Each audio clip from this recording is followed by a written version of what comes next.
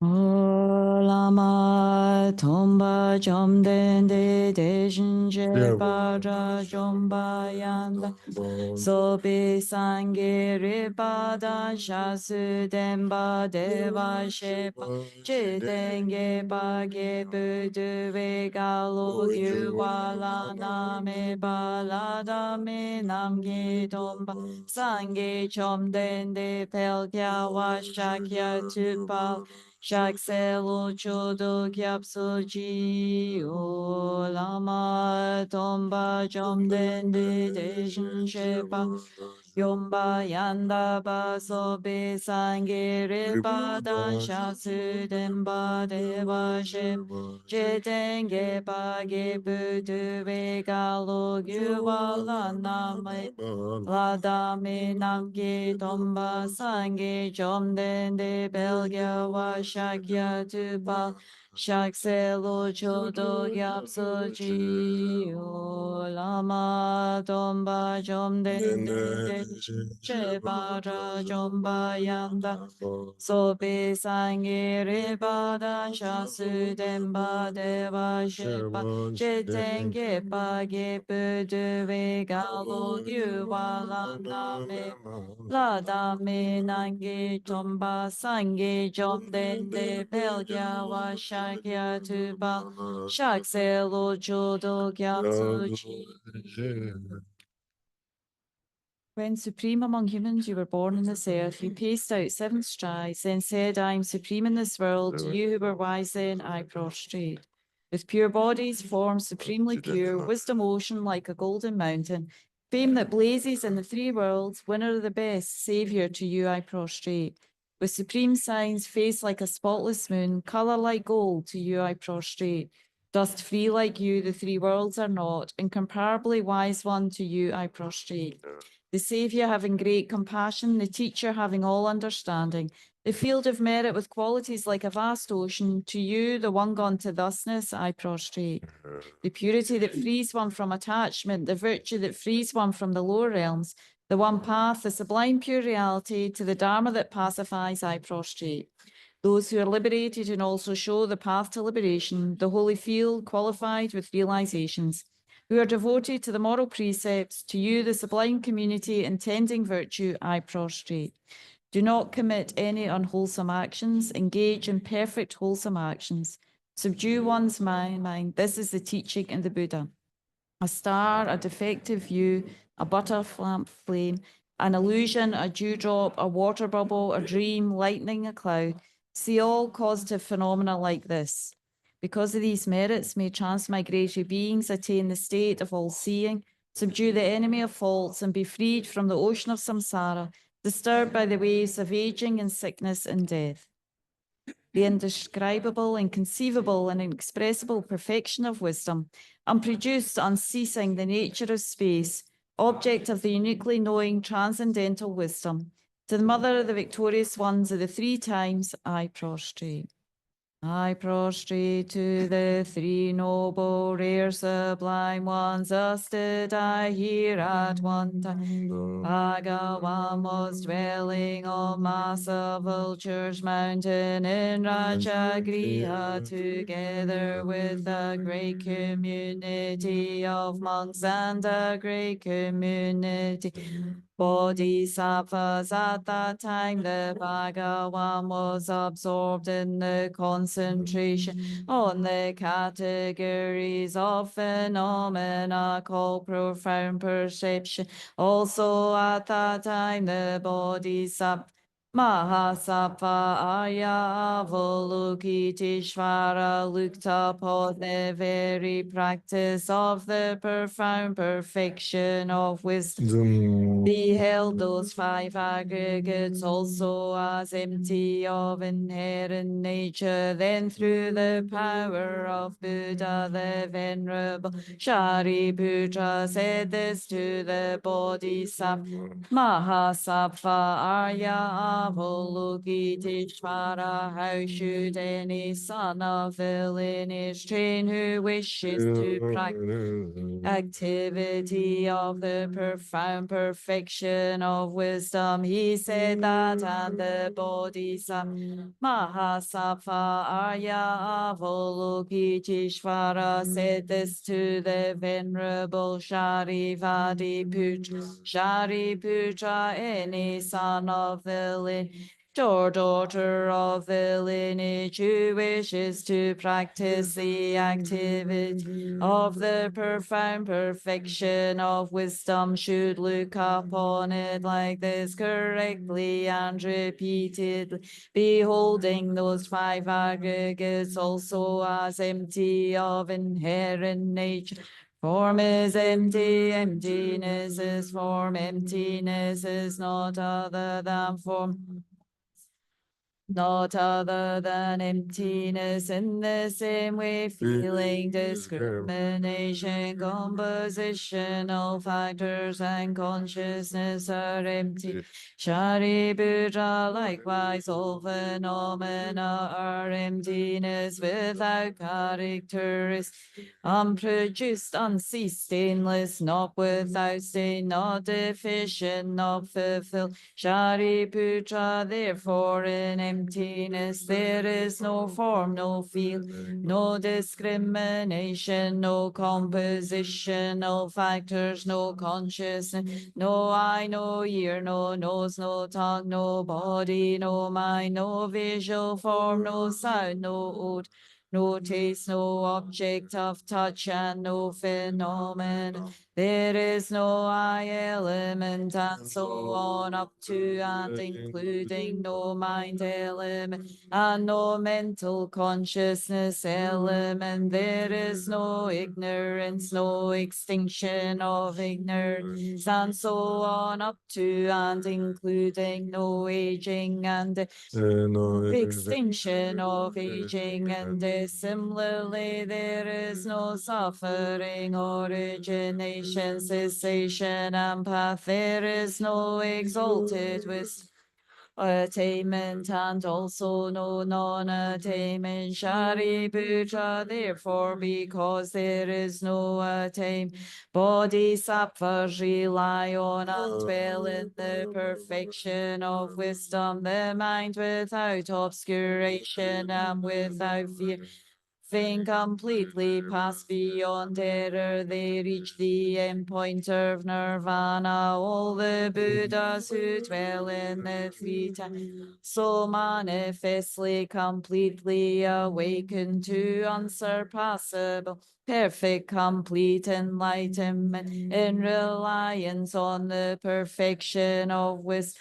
Therefore, the mantra of the perfection of wisdom, the mantra of great knowledge, the unsurpassed mantra, the mantra equal to the unequal, the mantra that thoroughly pacifies all suffering, should be known as true, since it is not false. The mantra of the perfection of wisdom is declared Tayata Te gati parasamgati bodhisoha. Shariputra, the Bodhisattva, Mahasattva, should train in the profound perfection of wisdom like that. Then the Bhagavan arose from that concentration and commended the Bodhisattva. Arya Avalokiteshvara say, well said, son of the lineage, it is like that, it is like that. One should practice the profound perfection of wisdom, just as you have indicated. Even the Tathagatas rejoice. The Bhagavan having thus spoken, the Venerable Sharivadi Putra, the Bodhisattva, Mahasattva, Arya Avalokiteshvara, and those surrounding in their entirety, along with the world of gods, humans, asuras, and Gandharvas, were overjoyed and highly praised as spoken by the Bhagavan. From the holy supreme realm of Kachara, you possess powers of clairvoyance and magical emanation. Look after practitioners like a mother looks after her children. To the host of Dakinis of the three abodes, I prostrate. Aka Samaratsa Shadara Samaraya Pe Aka Samaratsa.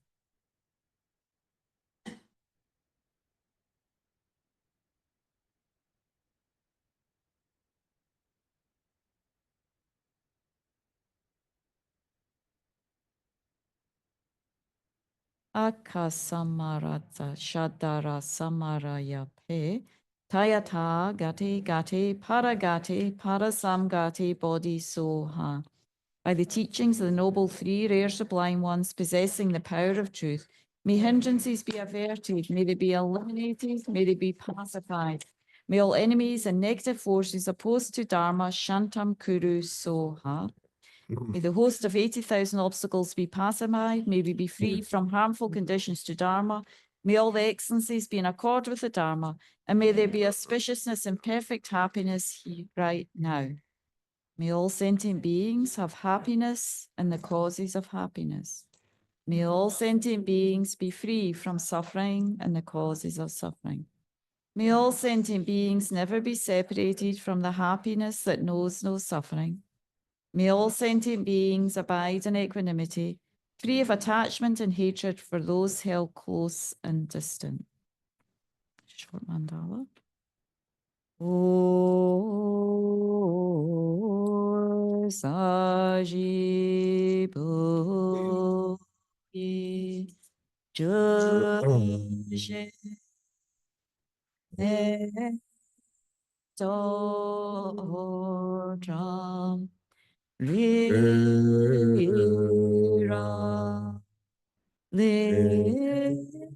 Je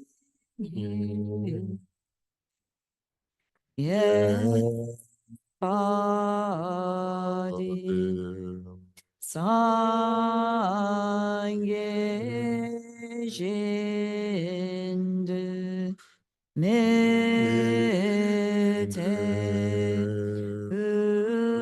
Uvaye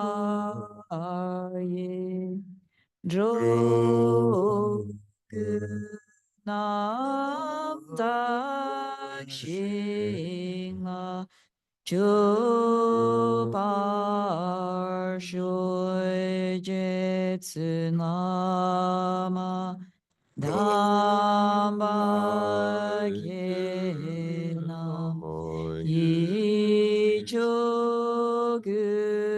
Gala Yense Juzendrik Jidar Zambedulje Simala Zakye Chogi Charpa Abtu Soyedam Guru Ratna Mandala Kamni Taya Sangye chodan sogi chognamla janju bardu dagi kyapsuti dagi chenyenge beso namgi jola penchir sangye jubar sho sangye chodan sogi chognamla janju bardu dagi kyapsuti Dagi chenyenge beso namgi jola penjir sange drupar shok. I take refuge until I'm enlightened in the Buddha, the Dharma, and the Supreme Assembly. By my merits I create through listening to the Dharma. May I become a Buddha to benefit transmigratory beings.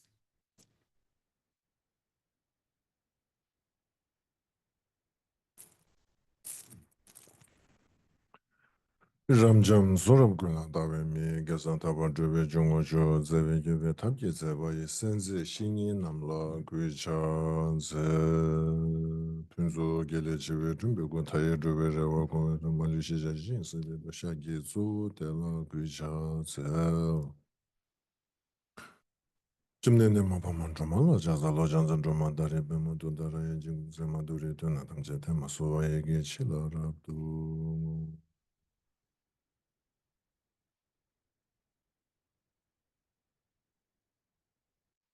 Tādāng lāmi jebēn jī shab jebēn mā lā dēn nē pōng bā gu nē rū zē mā drā mā yum lā chā zē lō.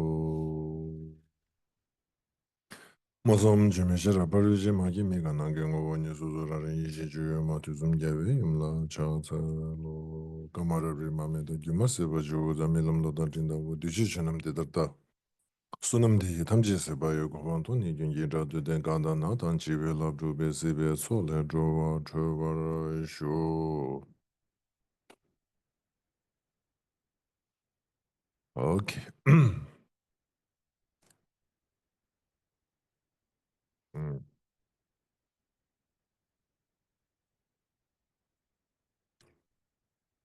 So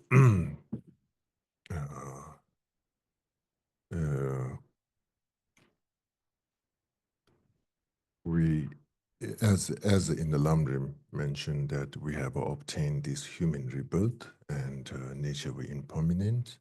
At the meantime, also we have a Buddha nature, and due to the external and internal condition, we met something Buddha Dharma, basically.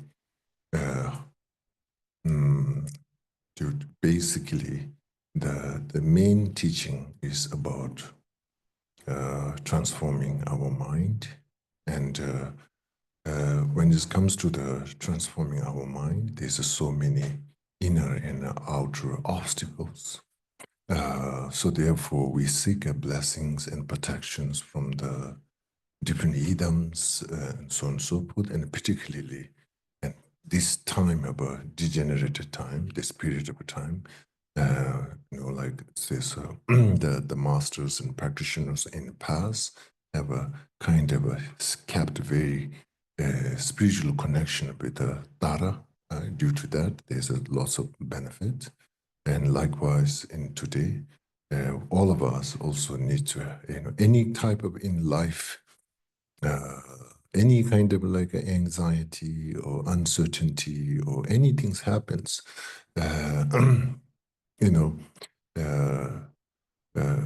first thing, if we can do, kind of remember Tara, and your fear, whatever your fear, it's just kind of like surrendering and taking a refuge to the Tara, and that will becomes really kind of continuously doing that, not only one time and just kind of saying like, what's the result?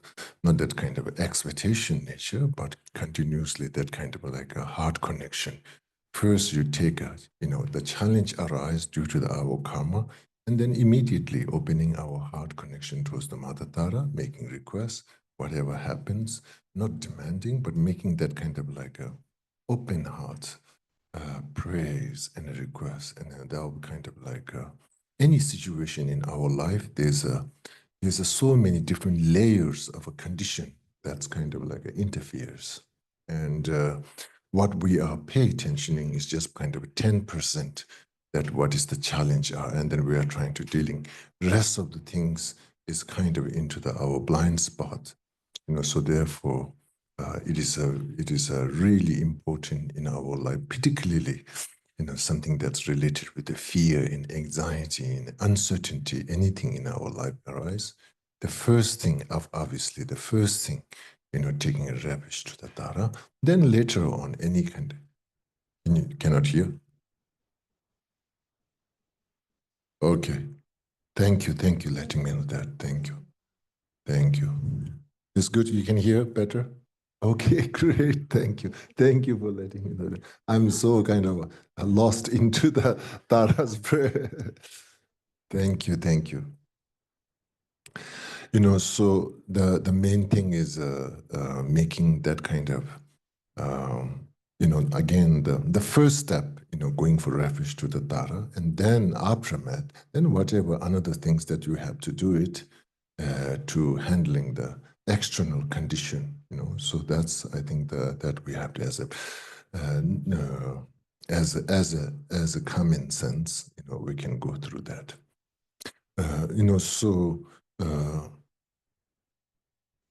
So basically, it is Tara is a manifestation of enlightened activity, and enlightened activity basically divide into the 4 category: Shiva, Gyaba, Wong, Tabu, 4 activities.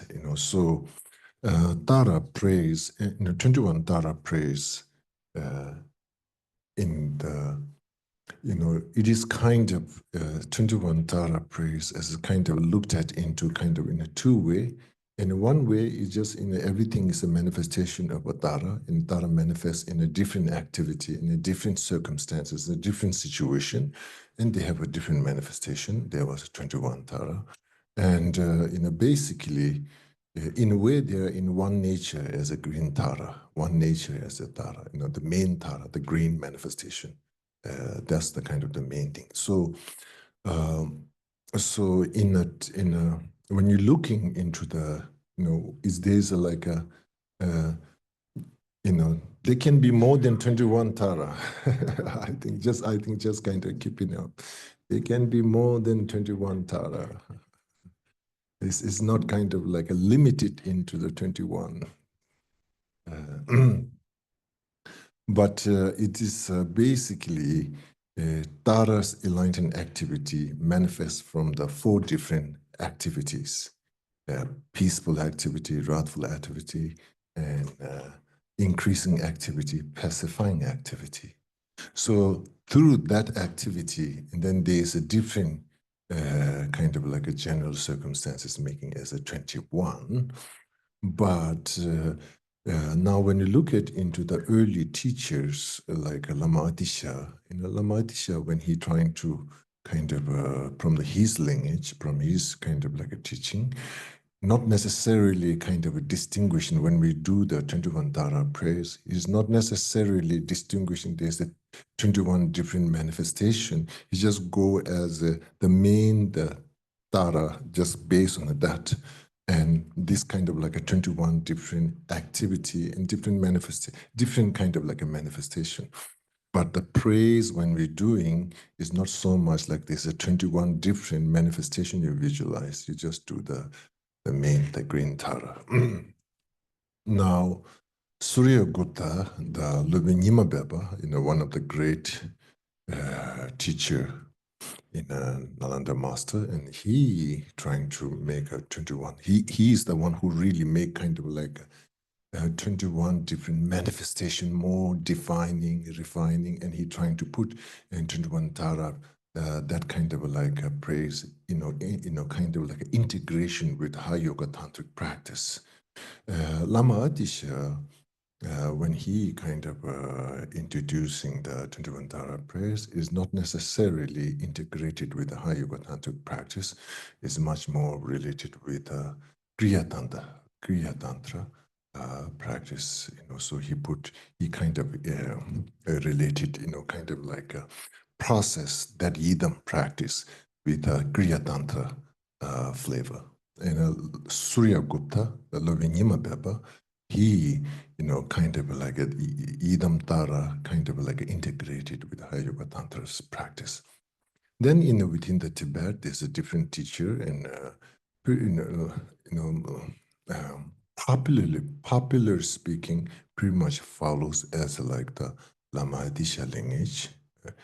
And there's some individual teachers who are much more advanced practitioner, and they have a much more kind of relating with the Surya Gupta, the Lobe Nyima Beba, this Indian master who, kind of like a Tara practice integrated with the advanced highest yoga tantric practice. And I think within the practitioners, I think which is the Kriya Tantra version of a Tara 21 Tara practice or Four Mandala Tara practice are much more popular in common practice. And then now, within the Tibet, some of the individual teacher, as I mentioned earlier, who are much more advanced practitioner into their own kind of like in their own kind of personal practice. Maybe in the early time, maybe they will not necessarily kind of spread the lineage more publicly. It's much more kind of choosing something karmically appropriate. Then for example, Chitamanitara, that's also one of the great master Tibetan. He kind of Tangnang in a pure vision, and he kind of like also Takpo Rinpoche, and then he kind of only given for certain disciples, not as like a public, not openly kind of things. So basically, what I'm saying over here is 21 Tara practice. When it is a lineage spread by the Surya Gupta, the Lubinyima Beba, and have a more high yoga tantric flavor, and that have a, like the manifestation emphasis into the separate manifestation is much more stronger. But in the Lamadisha lineage, there's not that much strong emphasis into the 21 different manifestation emphasis into just basically the main green Tara that popularly, what we generally do in practice. Okay. Fundamentally, in essentially 21 Tara praises are basically some activity related with the four, Shiva, Gyaba, Wong, Tapu, pacifying, increasing, and controlling. Controlling. Then was that Shiva, Gyaba, Wong, Tapu, wrathful.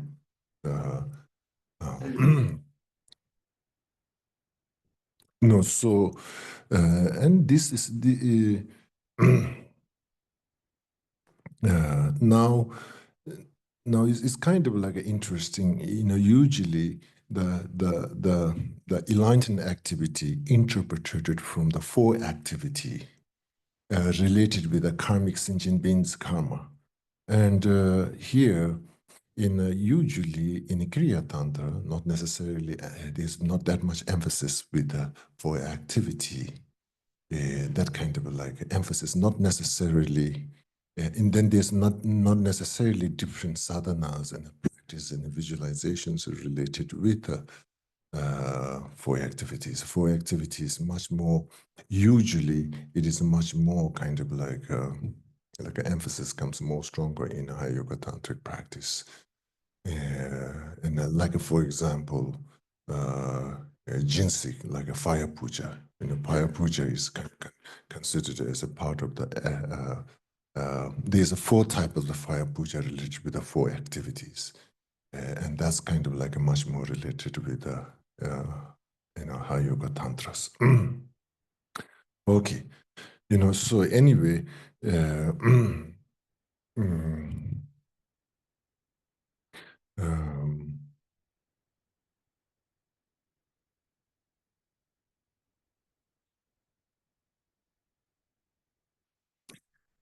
uh,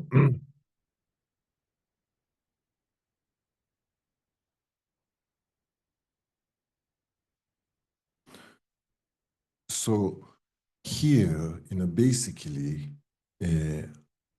now 4 activities are, something that's I think something we need to talk kind of like in another way to look at it. 4 activity trying to subdue different negative conditions. And these 4 4 different type of negative conditions. And they are manifestation of the four negative negativity actions are the manifestation of our own karma. Our own karma. So the 4 activity, again, 4 activity, enlightened activity, usually not necessarily put into the 4. They can be infinite, but again, you can say like when you do the Bandelamu prayer, Bandelamu prayer is kind of praises for Bandelamu, kind of praise made it through the 4 activity praise. We know that, but again, it is not limited into the 4 activities, the infinite activity, enlightened activity.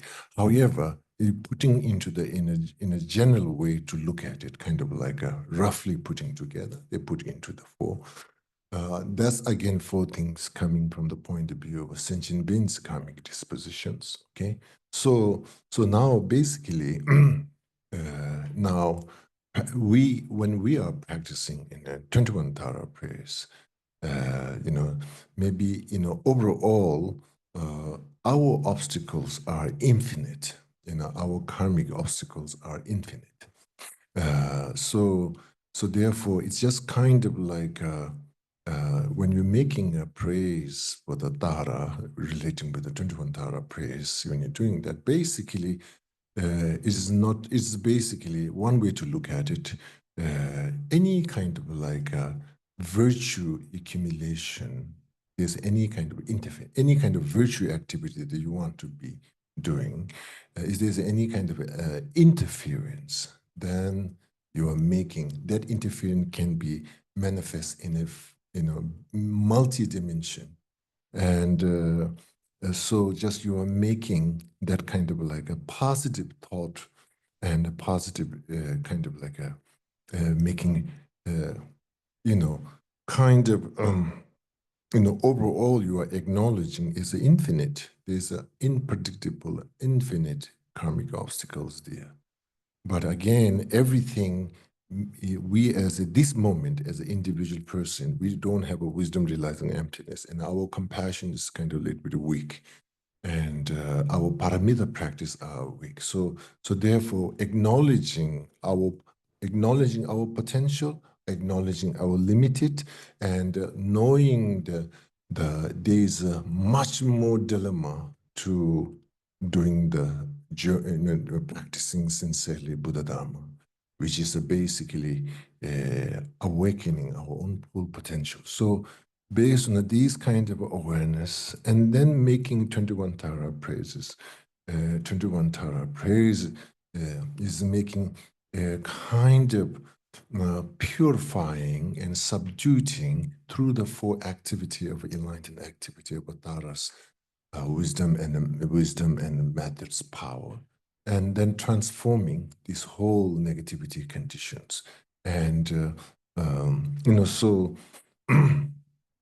so again, when we're doing it is kind of removing obstacle, and so basically, as I mentioned yesterday or day before, due to that kind of faith and the trust and the devotion, and keeping that faith and devotion consistent, and having our own, Buddha nature, and karmic condition to meeting Dharma, and there's inspiration to practice the Dharma.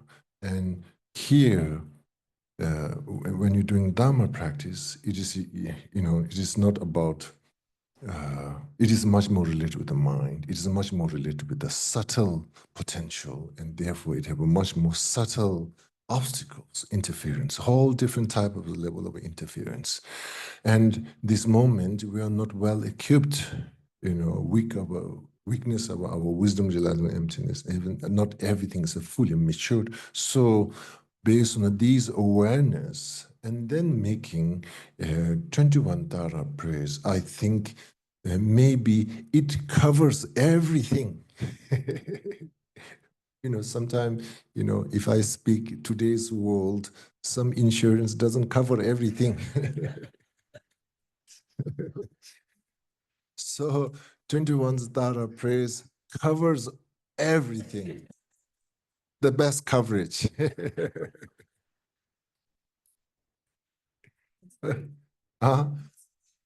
I'm not sure it's free. Oh, free. What was it?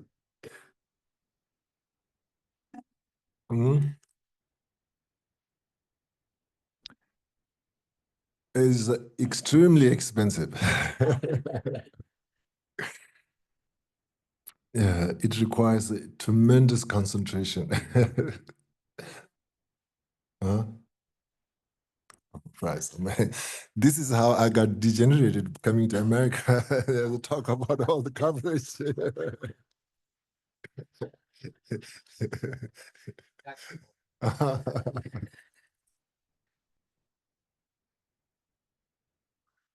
I mean, like the main thing what I'm talking to, sometimes become, I'm fine, I'm good. What is I can understand wisdom. There's this kind of very egotistical. And I think I was just trying to introduce in the mindset, we have to be humble. We know that the reason why 21 Tara praise we're reciting many, many times is there's a humble and a humility and a humbleness, and humility and humbleness based on the awareness is infinite obstacles to our own spiritual practice. Not just not just this, we get distracted with the group dynamic and something like these are nothing in the things that blind spot in the way where we are, and they all kind of interferes, things that the obstacle they can manifest into many different ways. So therefore, so basically, when we're doing a Dharma practice, basically we're doing this is for overall to spiritual journey, practice of a Dharma, and there's so many different layers of so 20 obstacles. So 21 Tara praise is basically trying to make a overall everything, nothing you're leaving behind, and then some obstacle need to be due to our own karmic disposition, need to be different enlightened activity requires through so 21 Tara praise is just making kind of like a acknowledgement, awareness of each enlightened activities, wrathful, increasing, pacifying, and all that things. And through that may also be pacifying and creating the conducive condition. So it don't need to be individual in detail, but the overall, we have to be aware there's so many layers, invisible obstacles. Okay, so now here, what's happening is we're kind of taking a refuge to the Tara, and based on based on like a bigger awareness and the motivation to practice the Dharma. And these kind of like a combination, so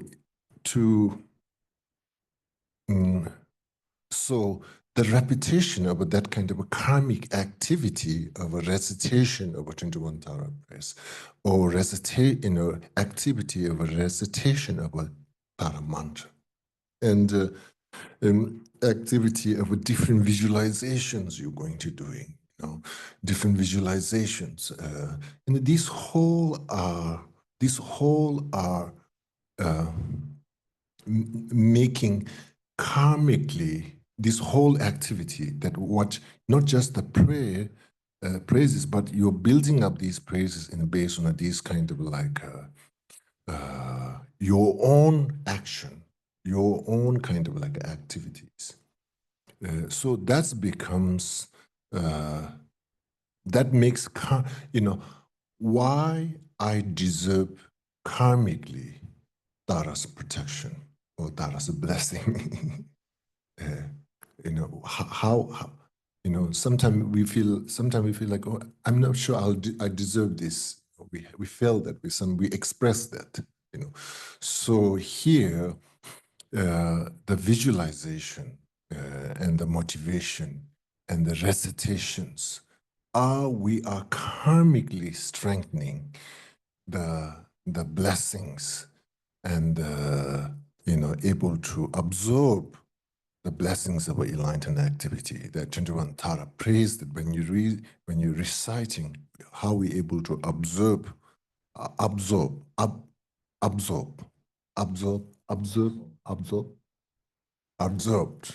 the blessings of absorbed. Maybe sometimes we receive the blessing but not absorbed. Possible, no? Possible. I think possible. Possible. Same like a vitamin. You take but not absorbed, you lose. So anyway, so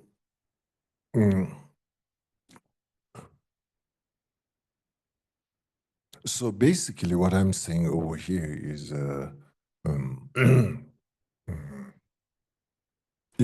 we as an individual, as a initially kind of anything in our life, initially you have this kind of like a humble approach. And then slowly you gain your own confidence, not through the egotistical, but based on a kind of your own awareness and consistency. And then gradually, you have a much more kind of like for example, the teachers in those different teachers, they have kind of like based on your own concentration and devotion and wisdom awareness, an individual having kind of like naturally visions of avataras and so on and so forth. And then these, when you're reaching into that level, then there's like many, you are like a really basically blessings of avatara and blessings of enlightenment activities are very kind of like a direct and a vivid.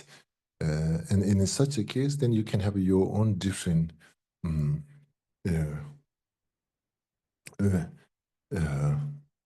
different visions and a different practice and a different way of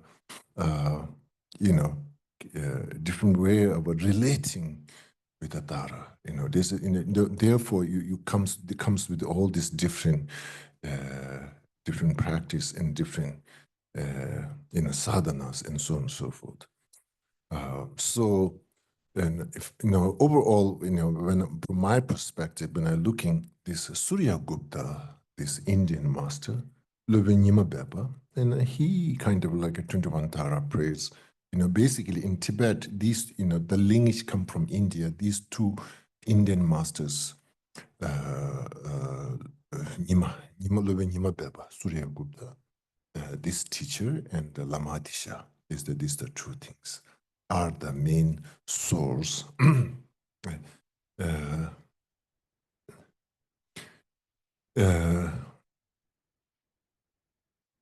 And I feel like Lamadisha looks like a much more kind of like a Tara enlightened activity, which is much more kind of like more universal, more how you say, more for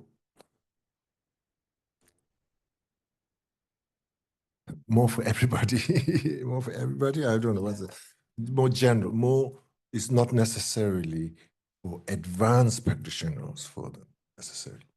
So Surya Gupta, this Lovinima Beba, I think his lineage, I think is kind of like a much more kind of like a taking individual practitioners much more advanced level, and then having these integration of a 21 Dara practice with the advanced practice. Basically, both these two teachers is to basically trying to remove the obstacle, one for advanced practitioner, one for general practitioner. And both these great teachers are looking like how we can make effective. It's more kind of like a Pacific, like a Levinyima Beba, Surya Gupta. Maybe he kind of intention. My interpretation. I'm just kind of like I say, theorizing. Theorizing, because one interpreted in high yoga tantra practice, one interpreted the kriya tantra practice. So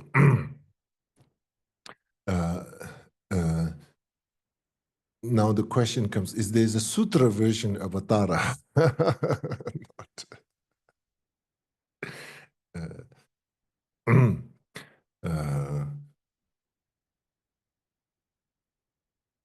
Now, in another way to like because 21 Tara praises are really coming from the understanding of the world from the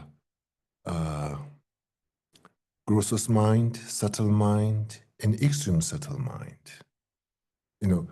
Right now the world we understand from grossest mind.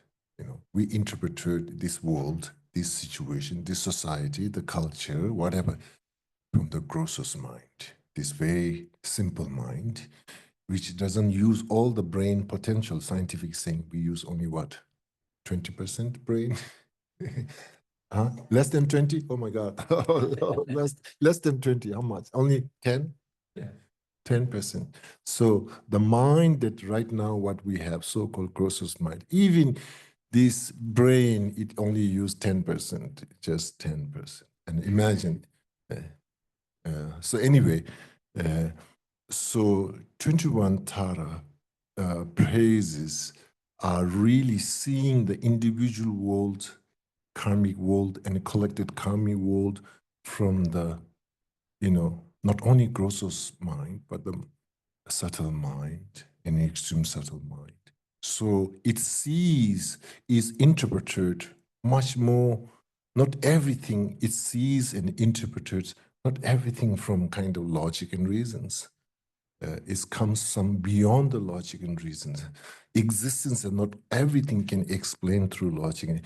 Existence, everything cannot be explained from the mathematic. Existence, everything cannot in explanation through through research. I don't know. These days, some Tibetan teachers are listening. They're kind of like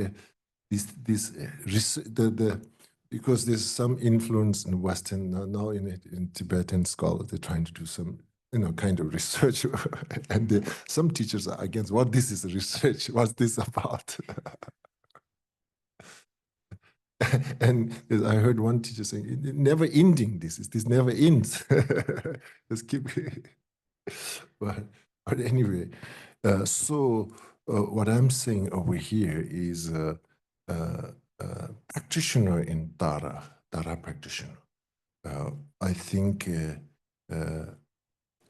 some level of awareness of yourself, your own existence. If we stay our existence, and it's just kind of like a limited version, which is projected by grossest mind, this kind of like a limited mind. Based on that, if we don't, kind of slowly opening up into the world, that my own karmic world that exists is beyond this kind of materialist and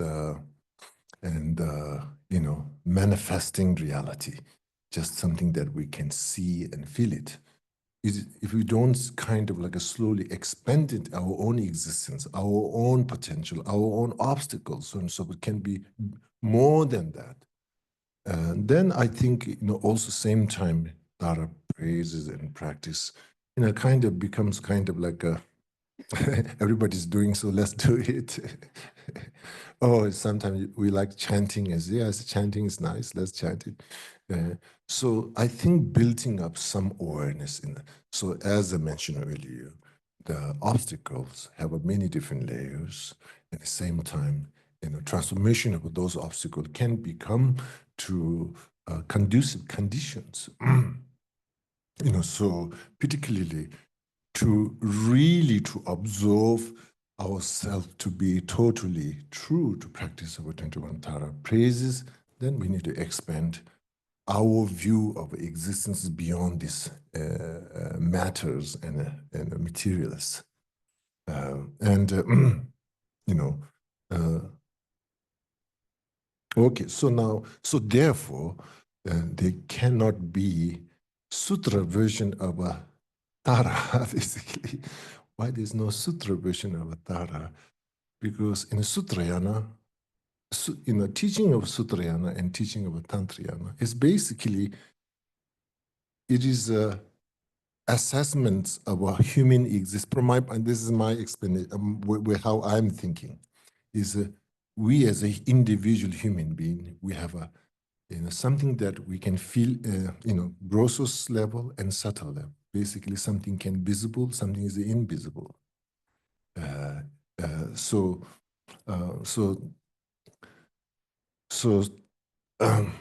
Sutrayana teaching is much more designed for that, something that manifests, something that you can feel it, like a lojong, like mind, something that, and these afflictions, the standard afflictions, and how we're going to do a practice and practice of a patient. So it's much more designed for common, kind of like a conventional state of awareness, how to transform that. And Tantrayana is basically we as a human being is not only this conventional mind, we have another mind which is non-active. And that another mind is subtle, and once we're able to become active, and here it becomes,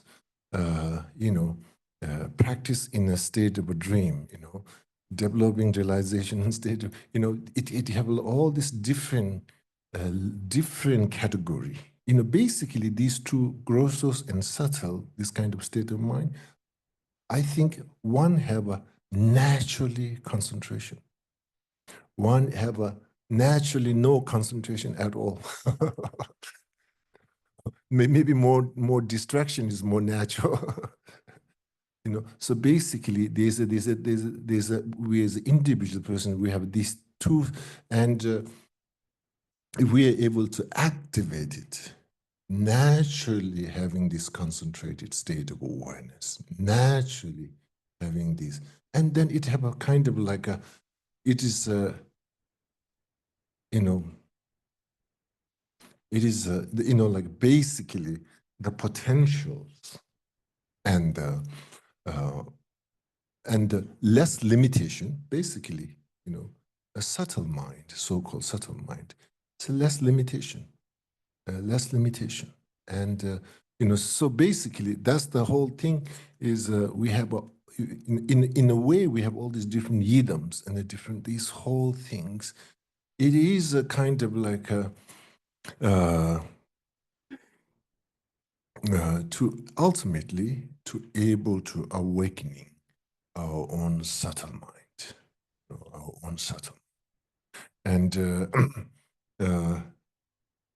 so therefore, these,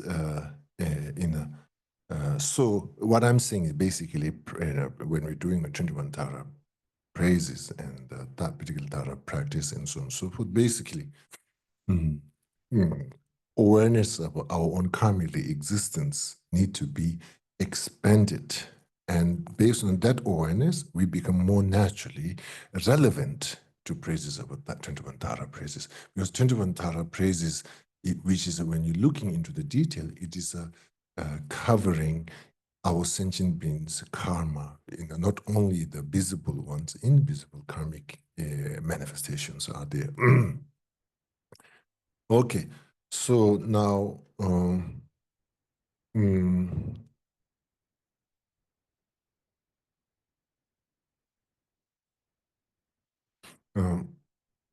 so what I'm saying over here is to practice yidam practice, and when we're going like Kriya Tantra practice or Yoga Tantra practice, any practice, the one thing is important, existence for our own self need to be expanded. If we go with the existence of our own self, that kind of like a very limited version, that kind of like a existence just basically comes to government issues and into that simple one. One time I was in one airport in baggage claim, and this one person, we were just talking, and he said he's explaining he's traveling. He went different place, and one place he lost his ID, a passport or something he's lost, and he's just saying, "I don't exist." I was like, "Wow, I don't exist." He said, when during that time he said, "I don't exist." His expression was, wow. I was like, wow, he don't exist. I didn't have an ID for a long time, so I haven't existed. Since when I came to the West, then, I have to number, like when I was growing up, I never pay attention my date of birth and all these things. Nobody asks. They more pay attention when I'm going to die. All the teaching, all the talk is like at time of a death. Nobody wants to talk about when I born.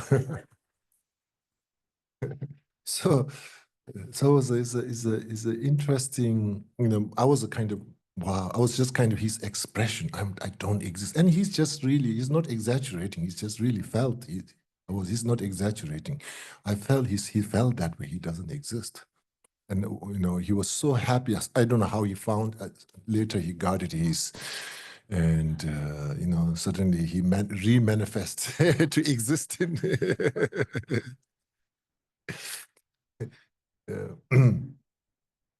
So anyway, uh, I remember my first overseas traveling when I was like, I think 18 or 19 years old, and it was the first time, and the first time getting the passports and all the standard things. And I think I arrived in LAX, first time landed, and they asked me, "What's your date of birth?" And I was like, I rethink, like, dude, never pay attention. There's no birthday present or birthday celebration at all. Never happened before. So, so I was kind of reconcentrated, and the officer, "You don't remember your birthday?" He was surprised to see somebody. So I was kind of like reconcentrated and to get back.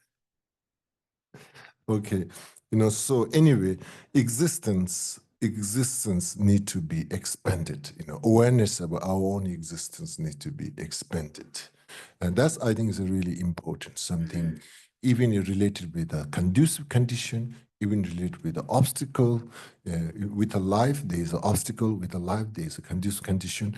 All this includes both of them. You need to see as beyond the just material world, something that kind of expansion.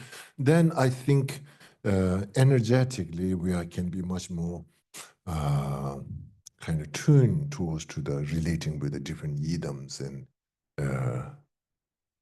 and then not only that, then particularly study of tantric philosophy. It gives you we as a human being have a different layers, not only one thing that's like for example now, like uh, clinical death. Somebody say clinically dead from the Dharma point of view is still in a death process. you know, um, you know, is and then we have this, everybody can, through, when you have this kind of, training in meditation practice, and there's this kind of like built up our habit, and then, time about that critical time, you remember, and you kind of like prepared. I want to get that right. My mind go into that state of a meditated mind. Kind of like not necessarily merit, but your awareness, that kind of like a subtle awareness, just get maybe there's a one time I was helping serving one of the teacher. He got lung cancer, and then we're helping, kind of caregiving for him, and same time we're doing his commitment for him. He could not do the commitment, so we're doing commitment for him and everything. And before he passed, there's a period of time he was so clear. I think then I heard this happens for everybody. There's due to our brain survival mode, it just kind of pulls up all the strengths, whatever. There's a period of time becomes much more clear. And then after that, it's kind of like, so he just get up, he went to pee, and he came like, oh, well, it's getting, and then right after that, he sit back, then it went really kind of quite quick. Then I think all our, whatever our survival or whatever, the brain does something, suddenly there's this kind of comes to this kind of a very strong and very kind of it looks like a part of pretty much all our human process, kind of it just kind of fights to living.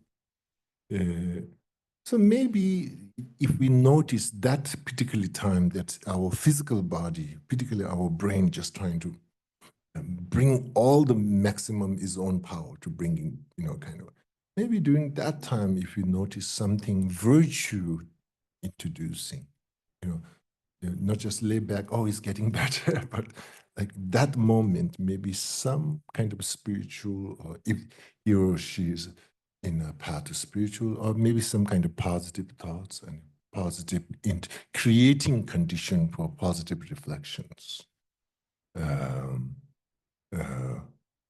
Something not making expectation or something, but something that can have a more open state of a mind. We have a much more kind of general positive state of a mind. I think that period maybe is important to, maybe that's the way the transition, maybe then slowly this grosser state of a mind is kind of a leaving behind, is giving up. And now slowly the dissolution process is coming. And then slowly it's just kind of like the grossest minds, the elements are just giving up. It try its own best. It make the last pushed, and the karmically not.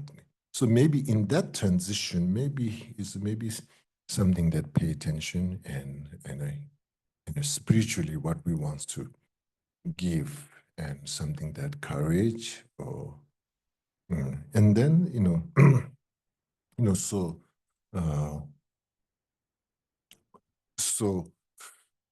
anyway,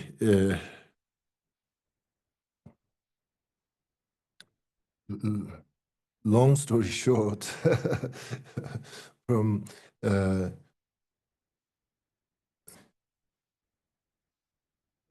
time of that, then there's this clear light meditation, and then having this kind of a tuktam, we call tuktam, we call tuktam,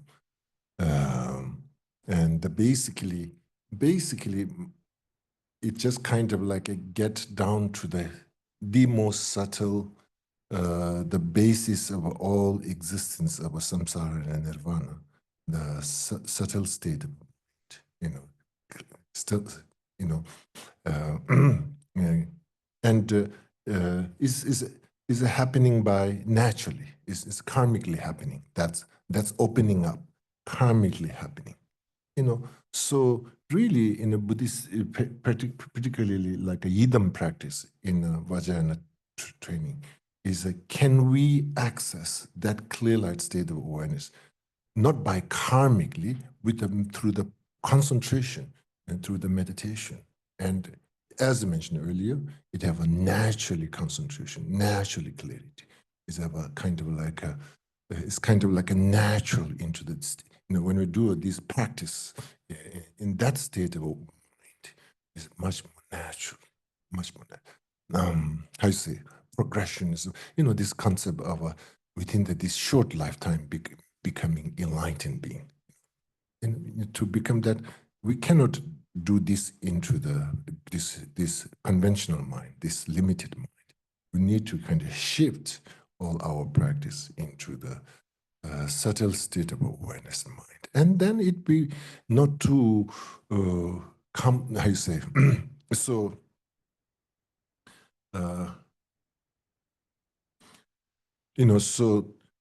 so again, it's a natural concentration is there, but at the same time, the another story also, it have a much more exposed into the obstacle, much more. Sometimes you say like, some ruins, some historical site, if they're underneath the water, maybe less obstacle. They say, okay, better to be underneath the obstacle, underneath the water. Sometimes it's like I went in, there's one Nagarjuna's early temples, and they built like a hydro, the dam, and now all the compound of the monastery is underneath the water. And somebody's maybe that's better, is less exposed for any kind of obstacle. It will be there. And again, once you're opening up, more tourists comes and more, they're more danger, more exposed. If they, and so similarly, there's beautiful things there, but at the same time, it is more exposed for the obstacles. So therefore, Yidam practice becomes a very, very important to that kind of like energetically relating with the different yidams becomes mandatory and necessary, because now you individual person, you are into existing in different level, different level wherever you're functioning. The progress is a very profound and rapid. At the same time, the obstacle also same thing. This is also very, very, very receptive. Receptive means like, yeah. Okay.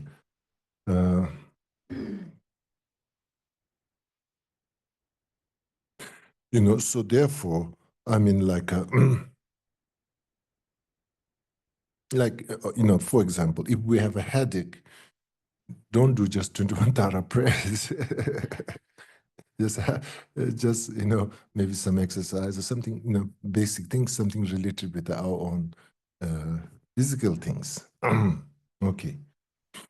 So what I'm saying over here is, due to practice of a 21 Tara, or due to the practice of a Tara, also gradually one thing we have to learn and practice is expansion of our own existence.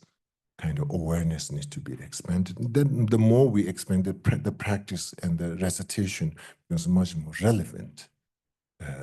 Okay. So that's the kind of came up through the why there's no sutra version of Tara. Okay. Okay.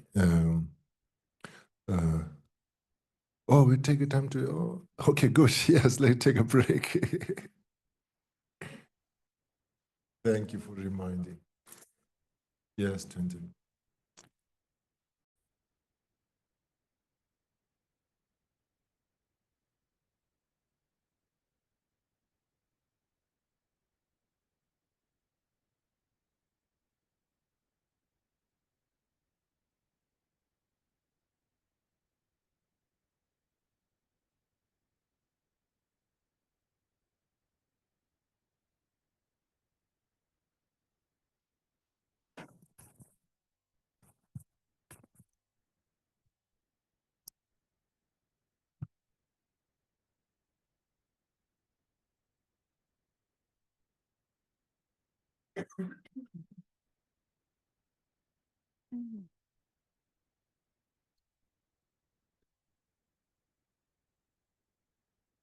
Time to.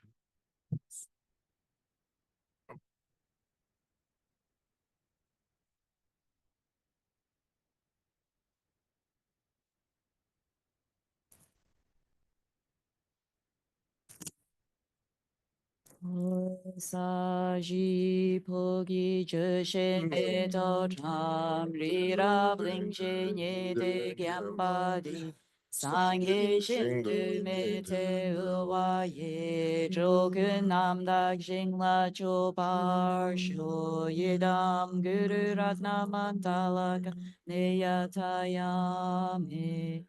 Sangye chodam sori chodam la janchu bardu dagi kyapsu chi dagi chenyenge be sonam ye jola penjir sangye drupar sho sangye chodam sogi chodam la janchu bardu dagi kyapsu chi Dagi chenyenge be sonam ge jola penjir sange drupashul. I take refuge until I'm enlightened in Buddha, the Dharma, and the Supreme Assembly. By my merits I create through listening to the Dharma, may I become a Buddha to benefit transmigratory beings.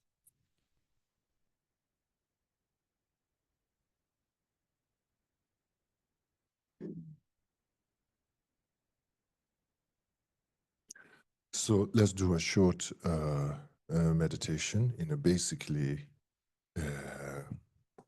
trying to develop awareness of yourself from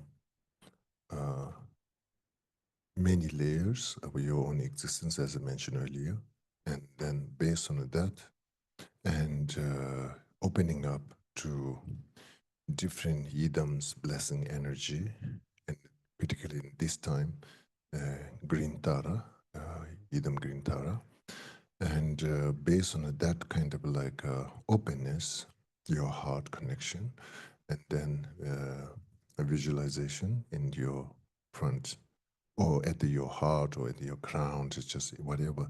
More sometimes visualizations, you have your own kind of comfort level. Either heart, either your front, either your crown, it is fine. And based on that, basically, two human feeling we develop, nurture. One is heart, the faith, the devotion. The second is concentration. So you kind of walk through these two things. And then based on that, then we do some nectar and blessing receiving visualizations, okay? Okay, so before we start that, as trying to meditation posture, trying to creating harmonious of your posture, basically that harmonious is trying to releasing any kind of a tension, okay? Just trying to release that and trying to create harmonious state of your meditation posture.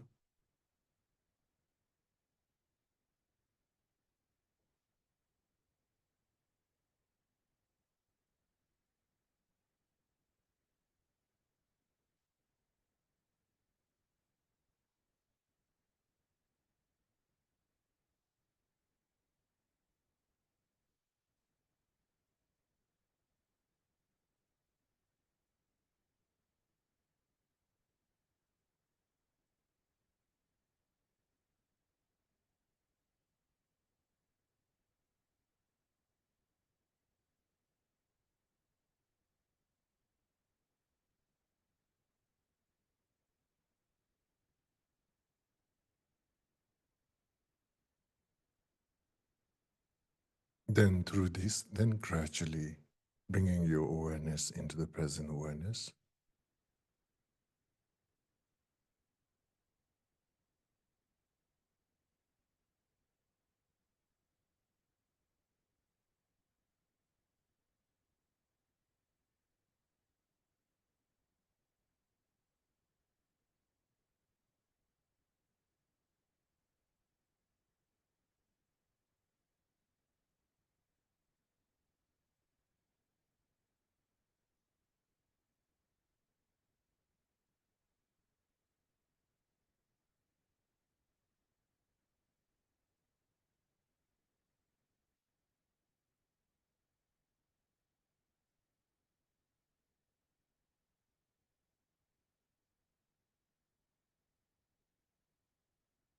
Then through the state of present awareness, then gradually bring up awareness of yourself in the different layers.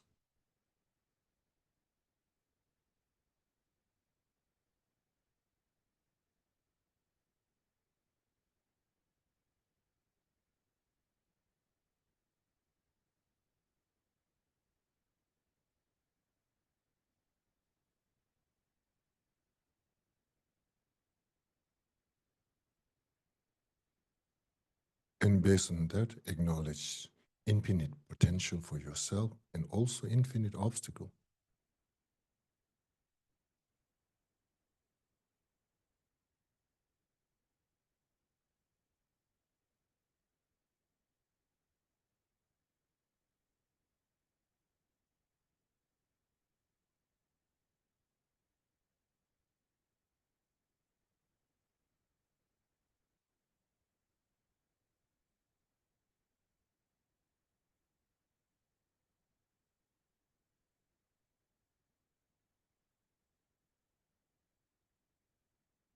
Then through that, then gradually develop inspiration for yourself, not giving up.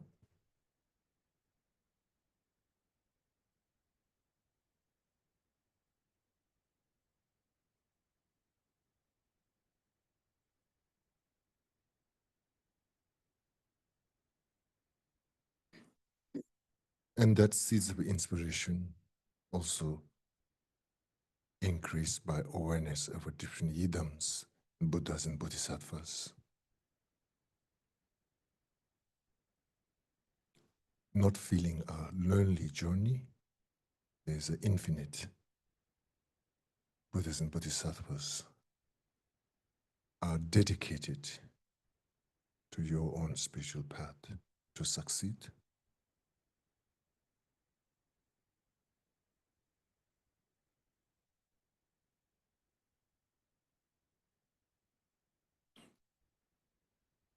Based on this encouragement and faith in trust and devotion, then gradually visualize green Tara, which is a manifestation of all the enlightened beings, enlightened activity.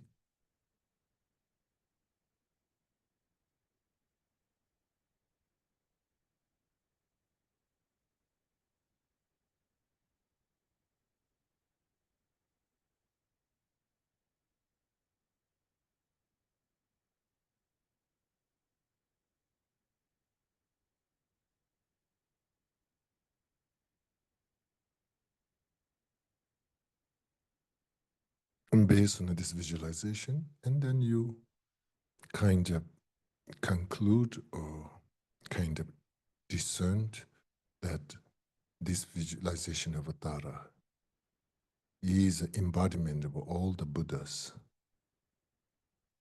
body, speech, and mind.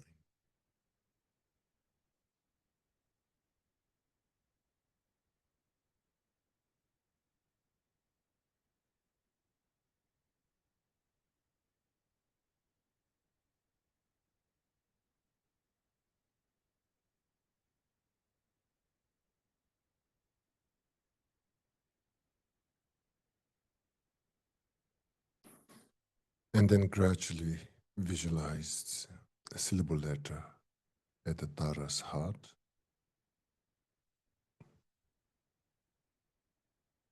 Mantra, Tara mantra, and then just trying to develop concentration with a flavor of a faith and devotion.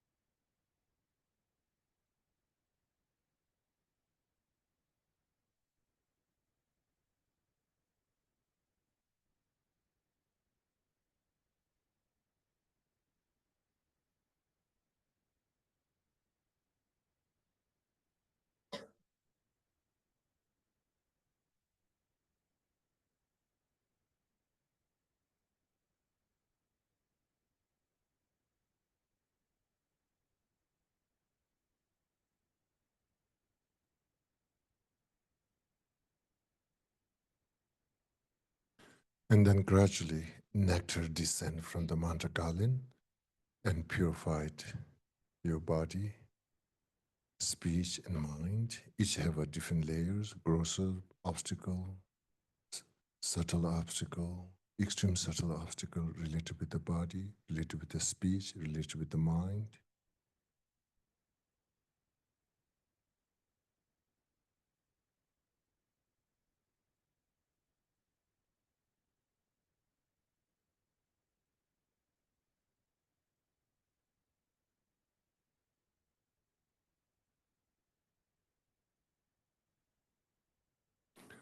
like yourself, then also nectar and blessing received by all sentient beings.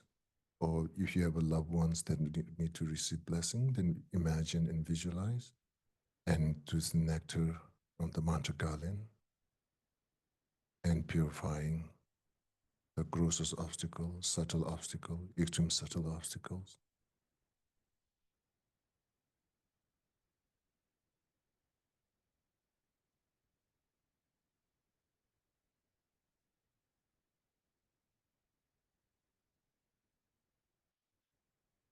Then through this visualization, blessing healing or blessing purification, then imagine yourself transform into pure states, and likewise all sentient beings in the pure states due to the purification blessings.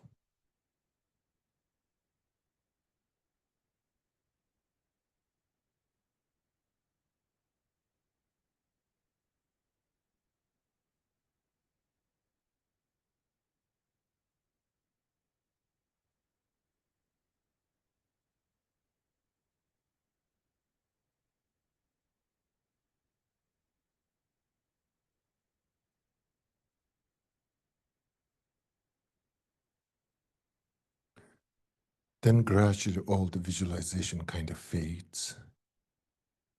Also yourself and all universe, all existence. You lose the aspect and kind of fade and disappear into the nature of Dhammatatu, the emptiness.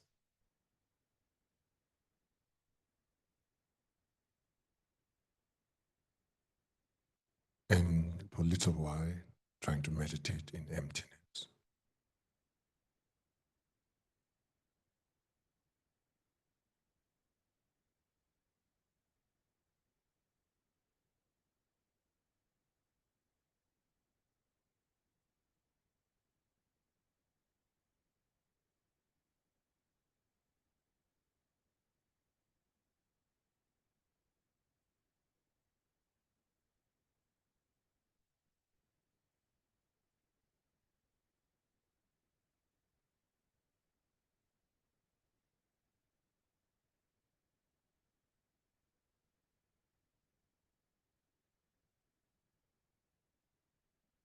Then gradually through the state of emptiness, then gradually bringing your awareness to present awareness.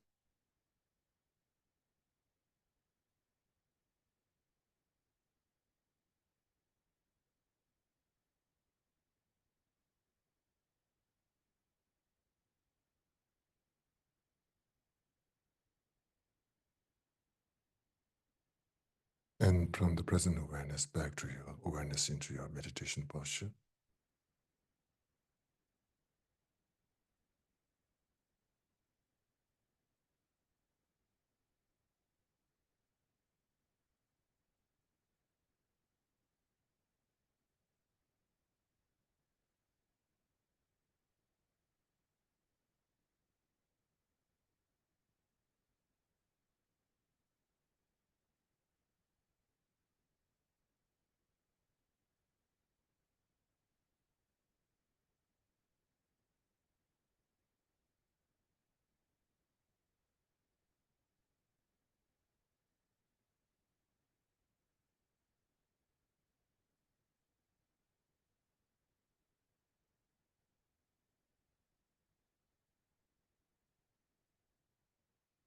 Okay, so your palms hand together at your heart, and you repeat after me these praises.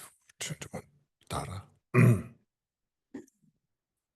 Om Jumden Dema Pama Dromala Chasalo Chansel Droma Tari Belmo Tuta Rai Jigun Selma Turi Tönam Tamji Derma Soa Yigi Shila Ratu.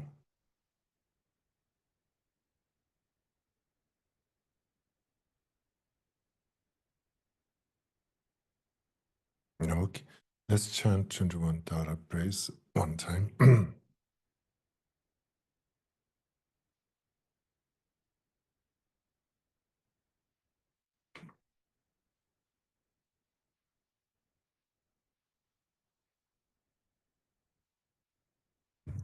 Page 18.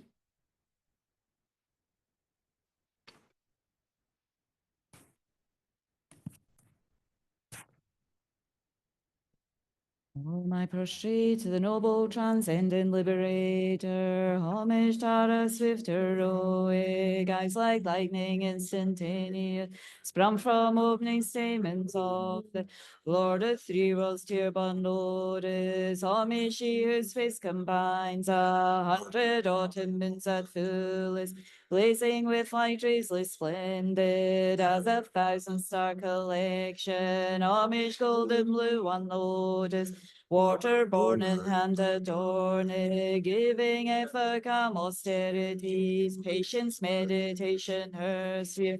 Homage, crown of Tathagatas, actions triumph without limit, relied on by conquerors' children, having reached every perfection. Homage filling with tutari, home desire, direction, and space, trampling with her feet the seven worlds, able to draw forth all beings. Homage worshipped by the all Lord.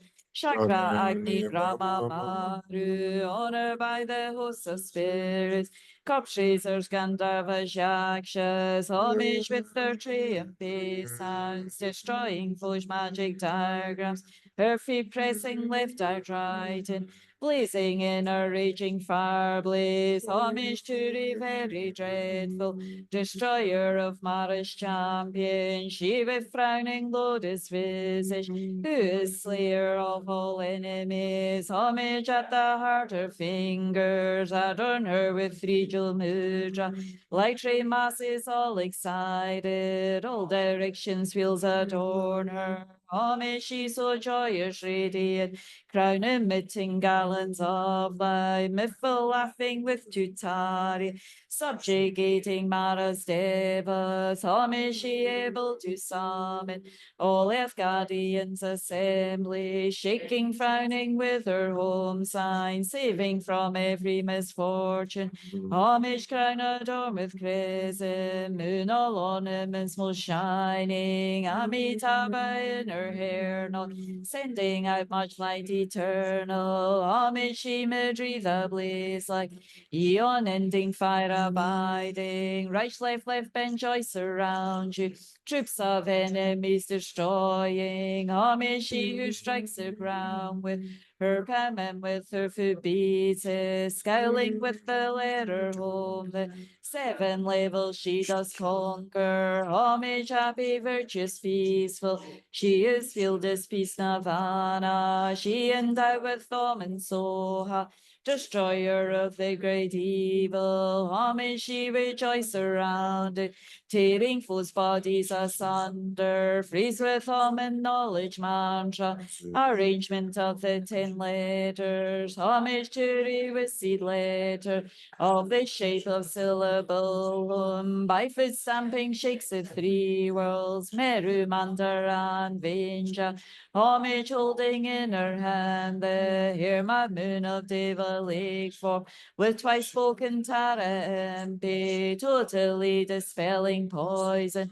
Homage she whom gods and their kings and the Kinnaras do honor, armored in all joyful splendor, she dispels bad dreams and conflicts. Homage she whose two eyes bright with radiance of sun and full moon, with twice Hara and Chutari, she dispels severe contagion. Homage full of liberating power by the set of three natures, destroys souls of spirit Shakshas, Andre's corpse is supreme Ture. These praises with the root mantras and prostrations are 21.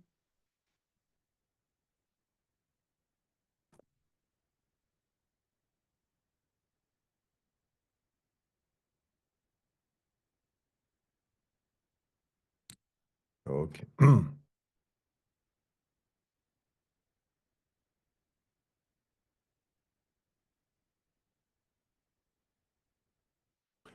Okay.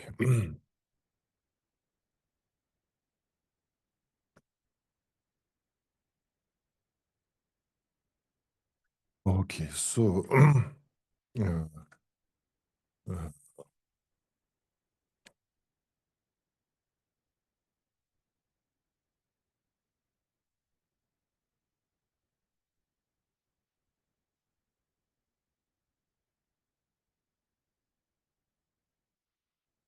um,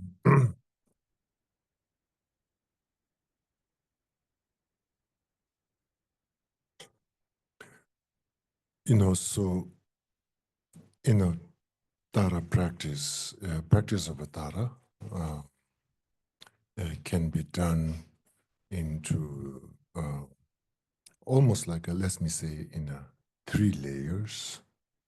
The first layers is much more kind of like, for example, when we do like 4 mandala Tara prayers, Tara practice, that in the standards kind of, we do in the monasteries and also in the family houses, in this kind of like a drill chok, drame choka, the ritual of a Tara.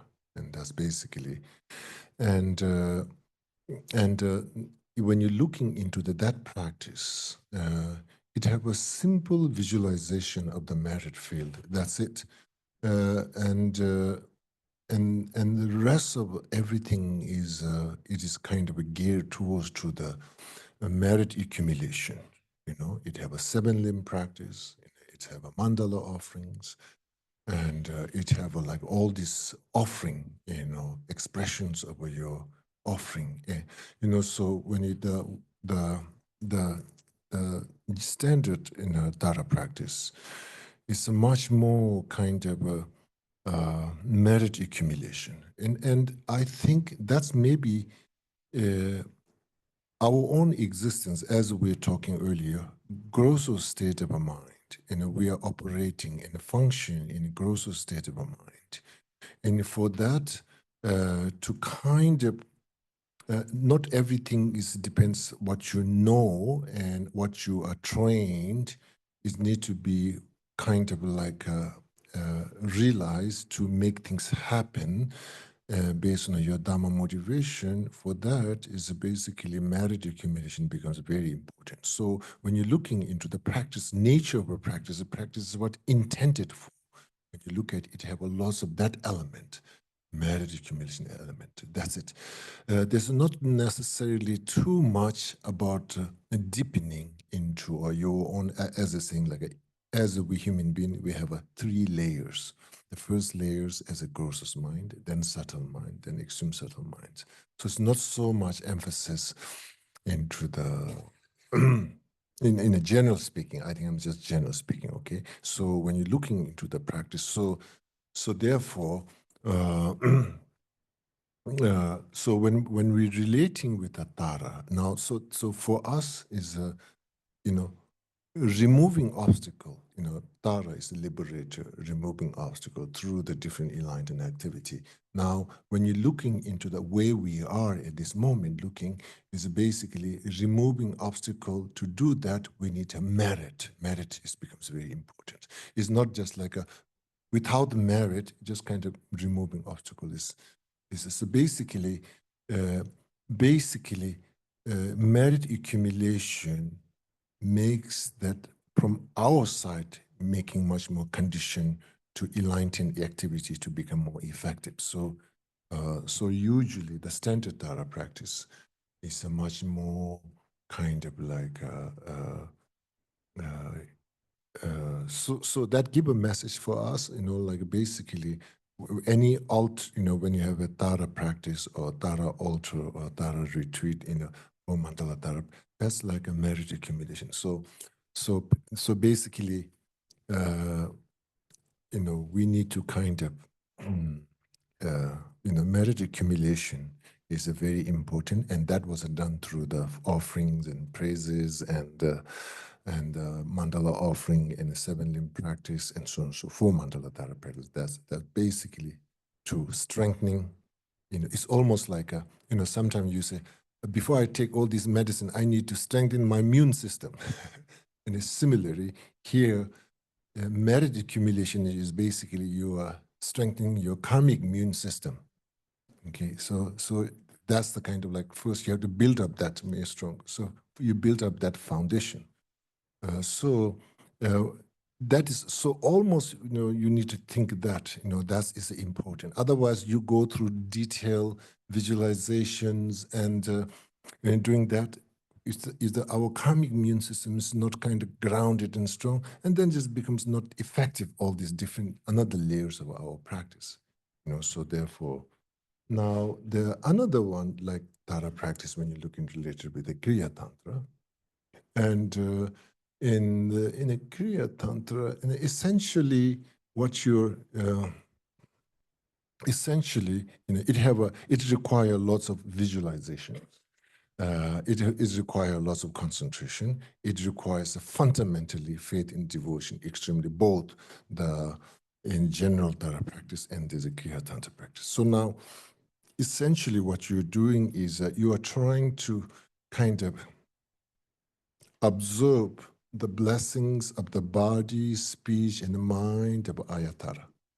So basically, in a Kriya Tantra, basically you're lining up your own existence with, receiving the blessings of the Ayatara's body, speech, and mind.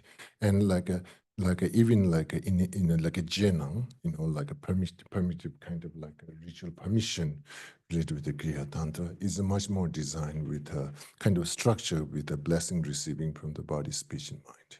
Kusung tuk. So now into the Kriya Tantra, in that level, then you are kind of, in a ways, you are kind of making much more closer with the Idam itself. You're making in the practice is now it's like it's not so much like a how you say supplication approach. Now, Kriya Tantra, you are kind of slowly kind of getting the oneness of the body through receiving the blessings of the body, speech, and mind of the Ayatara. There's a little bit kind of like a more, not so much like that approach, more like you are, it's much more you are kind of like a, high nature deity yoga is getting much more closer to kind of practice nature have that. You're kind of transforming your body, speech, and mind through receiving the blessing of the body, speech, mind of Tara. And that's kind of like a really,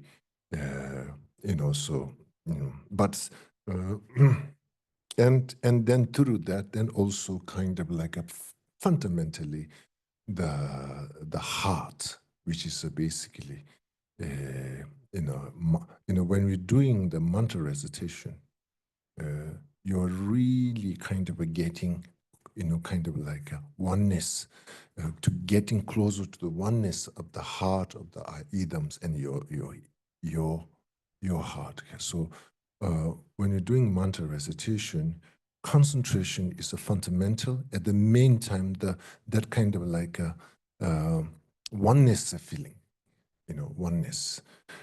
So basically, oneness feeling need to be developed through, kind of is to get that whole kind of like a together meditation of emptiness. In that context, meditation of emptiness becomes like the emptiness of yourself and the idam.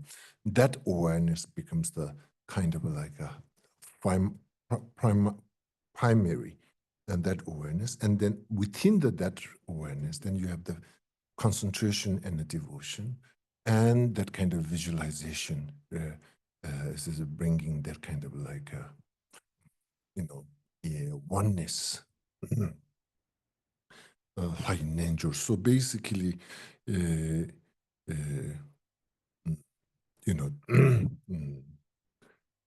so basically this kind of like, I'm here, and Tara, the enlightened being, is this kind of a dualistic kind of approach that we do usually. And that kind of like a character, that kind of like a habit need to be slowly down. This is something wherever, whenever, wherever Tara is, wherever you are, Tara is there. So that kind of Kriya Tantra practice of that. And in a high yoga tantra, like for example, in a Chidamani Tara practice and this kind of things, then it's basically can be a kind of like basically in that context, basically approach, it might have a similarly, Siddhamantara practice, have a similarly kind of a practice of a general four mandala Dara practice, but the only thing is coming through the source of offering that you are making, coming from, like source of all the offering you are making from, built up in the base on the awareness of your extreme subtle existence. So it kind of like in when it comes to practice, and then there's this type of practice, but there's also a different type of a practice related with the receiving different initiations, four different type of initiation related with it. But it's about, so basically, it's just, the practice becomes different layers based on approach and awareness of existence for yourself, and how you transform that into the kind of a feeling of oneness with the Yidam itself, so and then, basically through that kind of practice, what happened is basically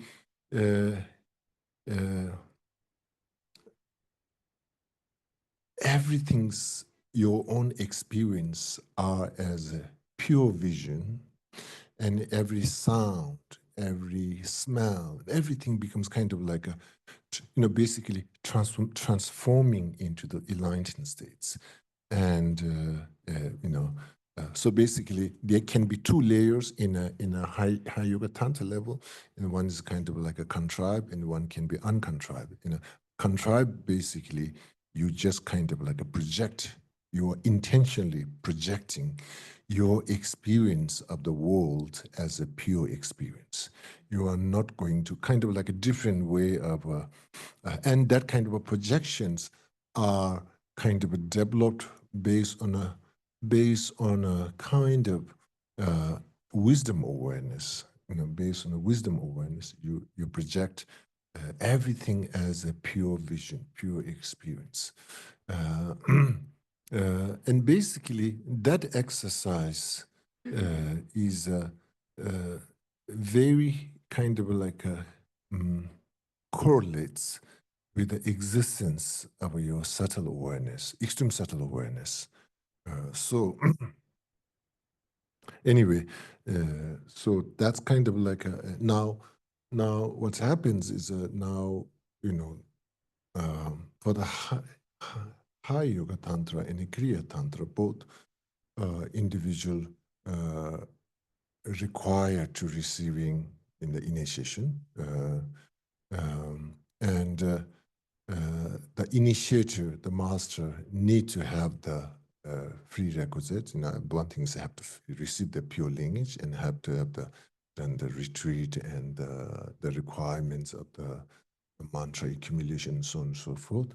And so now here, what's happened is, there's a, although we are, not Tara yet, but there's a, can I visualize Avatara myself or not? And all these things like how things this kind of like a structured, okay? So in a Kriya Tantra level, even a practicing in a Tara practice, in a different things, even in Kriya Tantra level, there's some individual can also generate yourself as a Tara during the practice. Some individual cannot. It depends into the individual have received the initiation related with the High Yoga Tantra.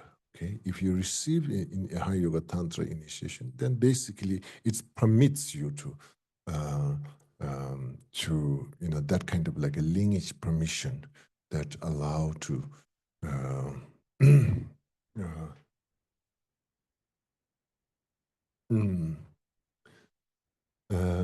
so okay, so so now training into deity yoga, basically it becomes kind of like a, like when we're doing yidam practice, it does require, concept of a deity yoga, high in nature. And Now, in a tantric philosophy, not like the standard afflictions like anger, all these things are transformed into the different, and they won't kind of too much talk about these are the obstacles, afflicted obstacle or cognitive obstacle. It won't kind of express that way. In a tantra,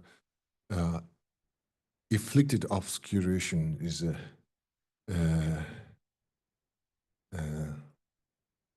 I think tamegi nawa and tamegi shempa, ordinary appearance and ordinary perception, grasping into the ordinary appearance.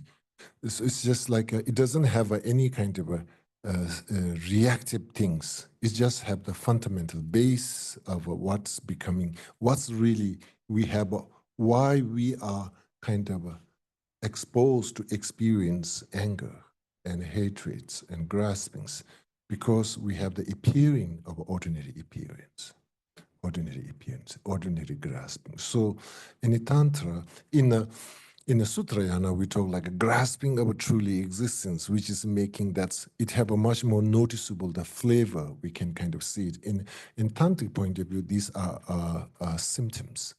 So now for deity yoga is one of the practice is to how to, in the tantra, obstacle for enlightenment.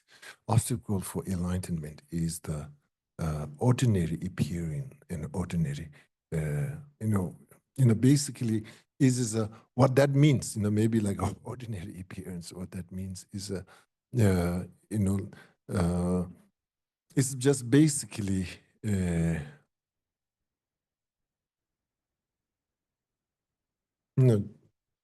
tamegi shabala nawa, things that appear for ordinary perception at this moment, here, right now. So like, for example, in Tantra, when you're doing initiation, anything, the first things is like, please imagine and feel the environment where you're receiving Tantra empowerment. Imagine this is a kind of celestial and pure environment. This kind of like but you might think, oh, there's an environmental crisis. How I can think it's a pure place? It's too much plastic. How can we? Even some substance with the initiation part, there's some plastic. Like, how can we pure?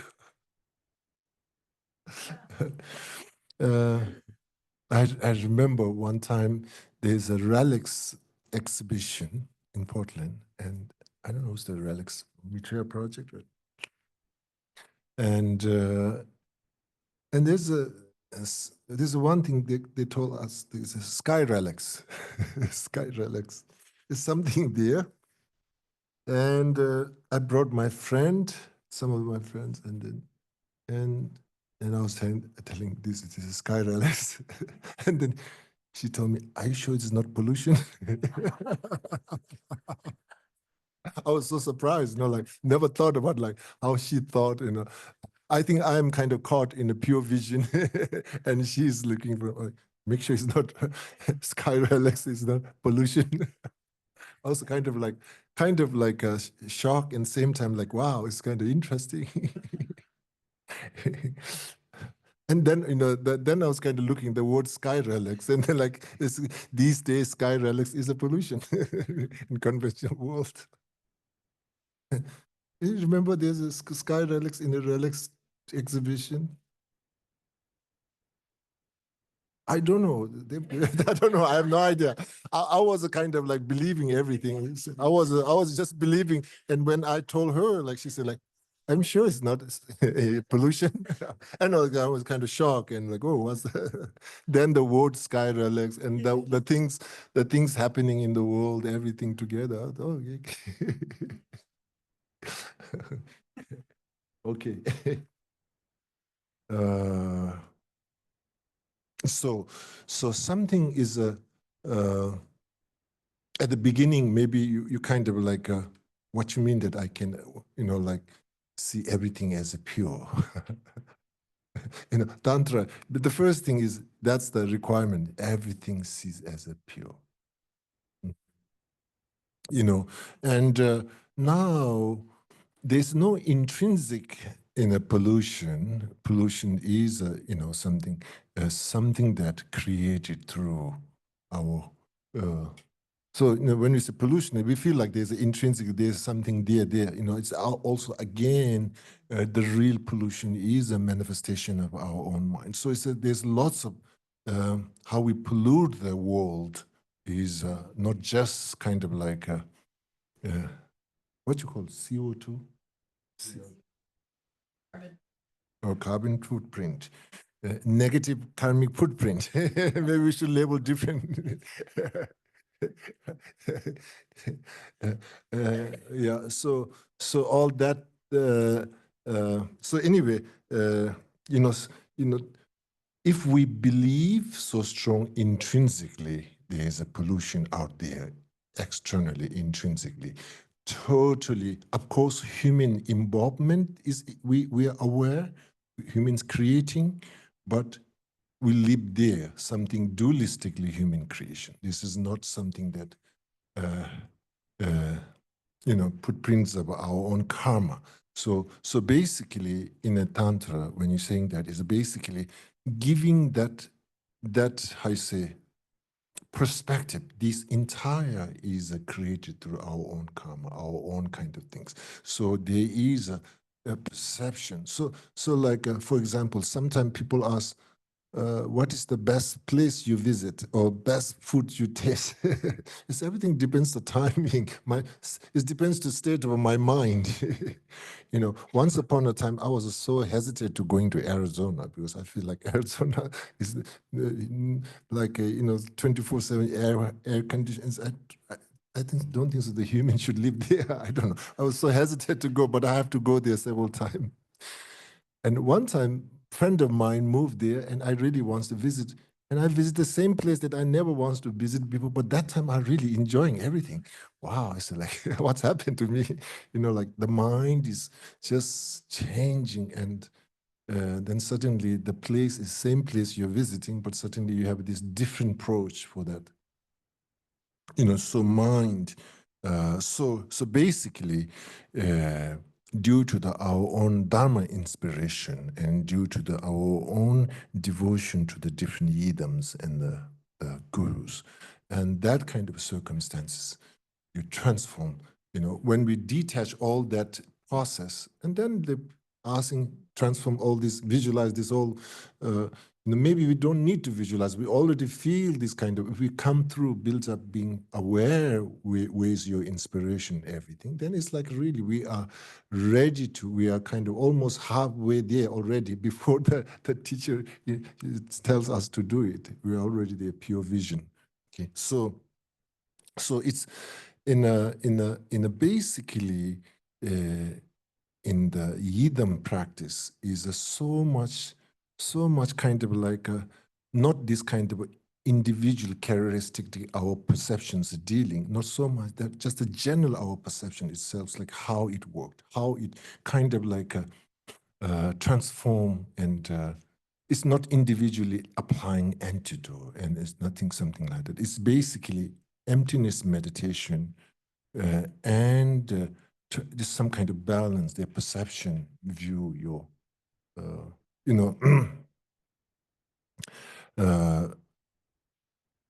and in that kind of a state of awareness, there's naturally already some level of a shine. Is not kind of like a full kind of grown shine training, but already, and that kind of a state of awareness, based on that kind of a state of awareness, and then you kind of like connecting the devotion and concentration. Is you just kind of like bringing everything in all different environment, your human potentials, bringing into the different environment, not external. Of course, this everything's internal. And that makes our practice more, realization can become more rapid. more quick, you know. So, uh, so, uh, so basically, you know, like sometime, you know, meditation of emptiness becomes a really crucial. Is like a is almost like a foundation for everything, foundation for all the realization. Our own meditation of emptiness. You know, basically, meditation of emptiness is also to you know, pure vision. Emotionally, we can feel that kind of pure vision, but psychologically, how we're going to make it that is through the meditation of emptiness. When you have a strong faith in devotion, you know, emotionally, you can kind of, you know, like there's a couple days ago, I was having dinner with one is a physician and one is no, one is sorry, the what you say, scientist in physics, and one is in the cook.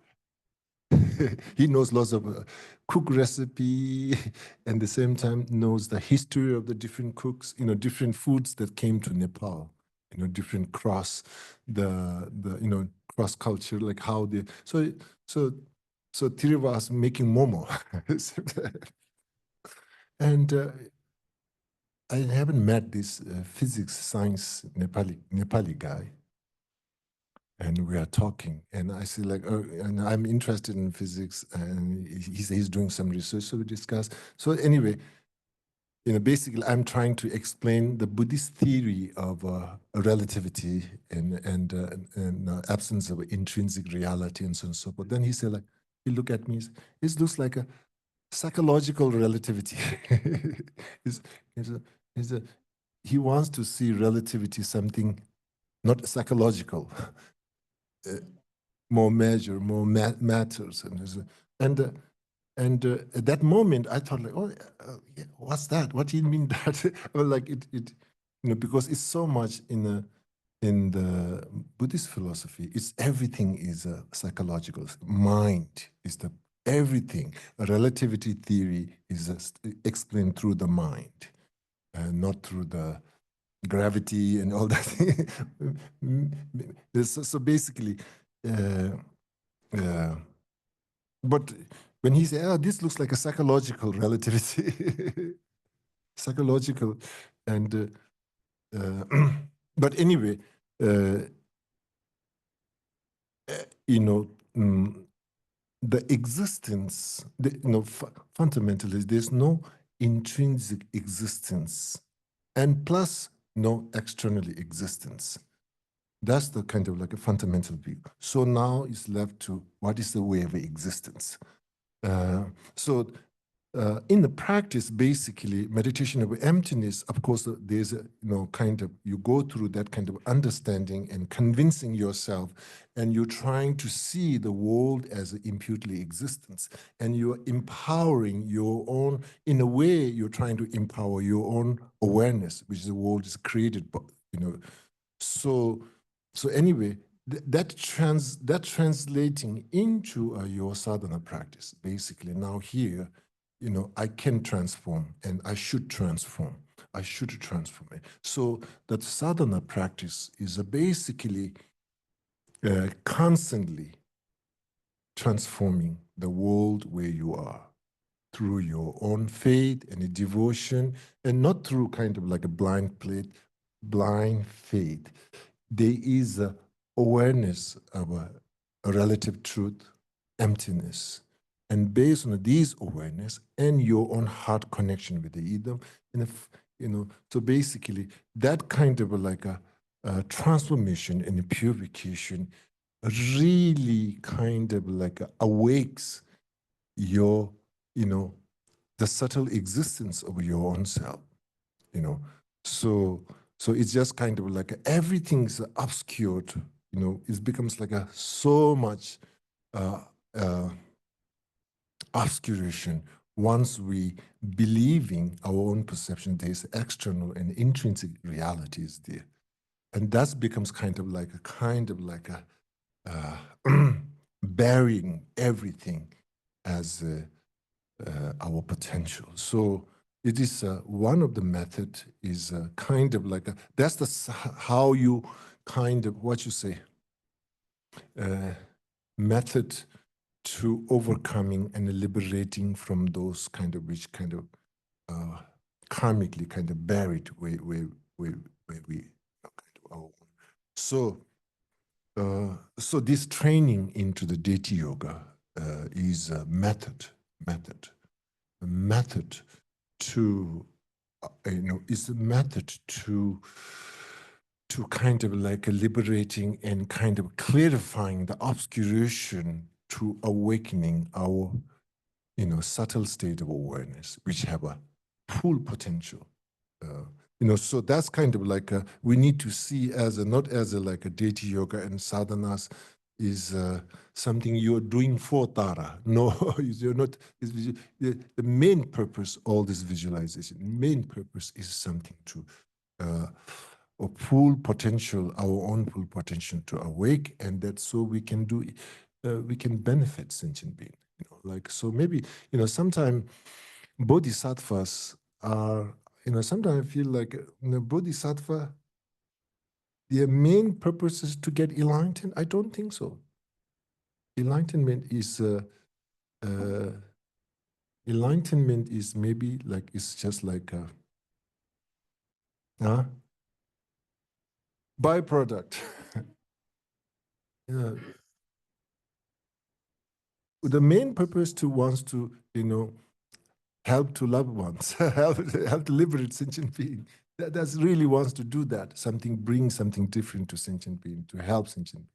And not kind of material, but seeing the potential, and that I can become enlightened. We all can become enlightened. We all can become in something amazing and something infinite. So basically, that's the real and the on the process. Maybe got enlightened on the process. Accidentally become enlightened, basically. So it's not, sometimes I think if we too much focus to enlightenment itself, I'm not sure we will get enlightened. It is a focus too much focus to enlightenment is an obstacle for enlightenment. So therefore, I think this need to be, like how, the main vision is to help and, benefit sentient beings, so therefore, therefore it's kind of like,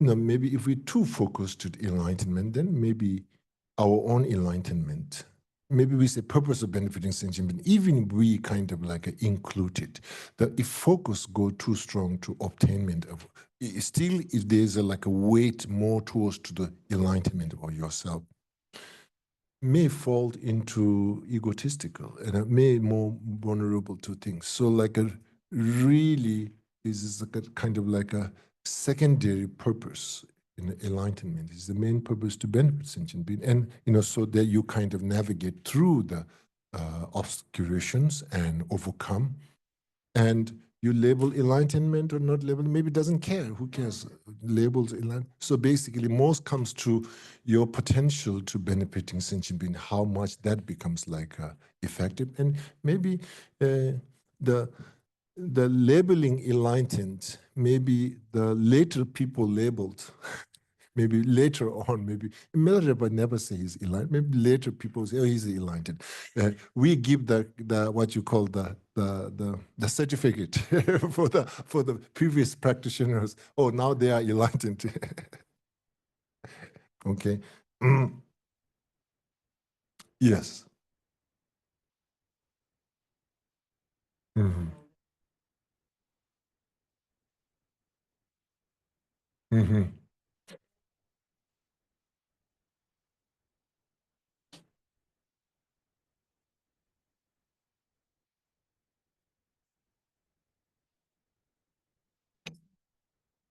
Mm-hmm.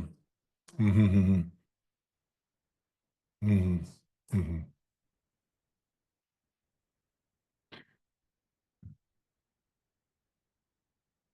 I think these potentials for practitioners due to practice, these kind of potentials individuals develop on the way into the practice, generating bodhicitta, meditation of emptiness, and a different practice. And I think these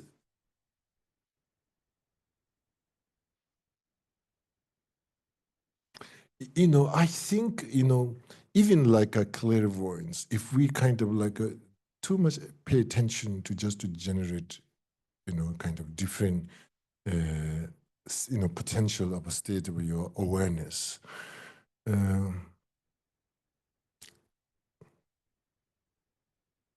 it becomes more like I don't know.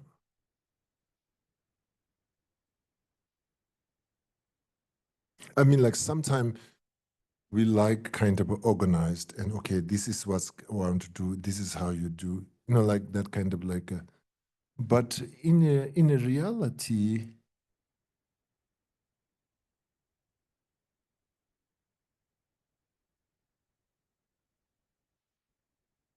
is really the practice of a wisdom and practice of a compassion and concentration, those things on the way, all the potentials that naturally we develop. And basically potentials are developed based on the karmic conditions, individual, how you connecting with it. There's a teacher and students, karmic connections, and based on that kind of a reality, its own kind of like a particularly like a Shine practice. Through that, it can have these different,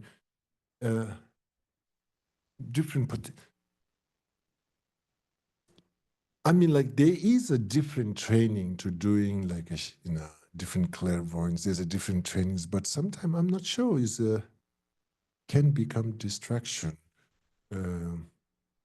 But I think generally, if the kind of like a practice is a focus to the concentration, compassion, and a wisdom meditation, and then your intention is to benefit, and so therefore is in that development is like becomes like a huge water you can apply to the garden, you can apply to the it can take into the when based on the needs of a sentient beings. It can take into the construction, it can train to the kitchen, it can go to the garden, it can do it can, so that's kind of like the that's kind of like the way the practice was seen to like wisdom and concentration. It's not so much specific, concentrated, like these specific things.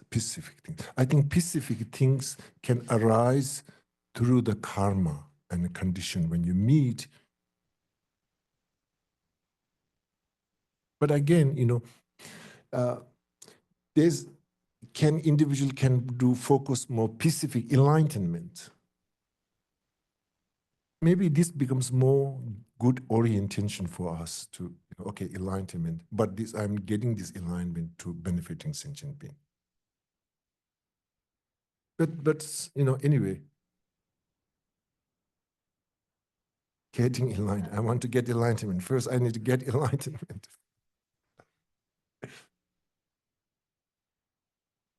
Yeah, okay. But anyway, this is my thinking. So everybody have a freedom to. It's not I'm saying it's part of the Bodhisattva vow. Nothing. There's not anything that kind of limitation. It's just my random thoughts.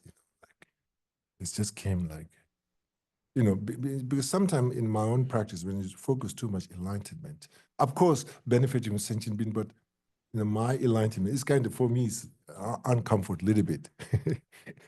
So it depends. Some individual can be different, when you kind of focusing into that kind of things. Okay.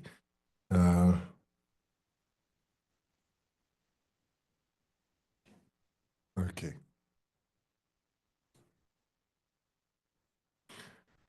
So I thought maybe just go through this practice you have.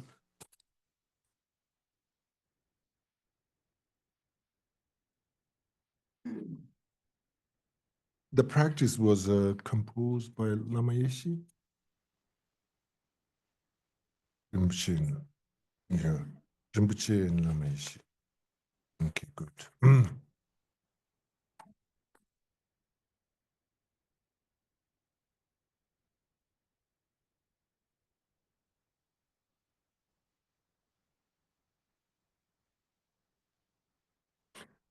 So in the practice, up to the page number 6, basically, we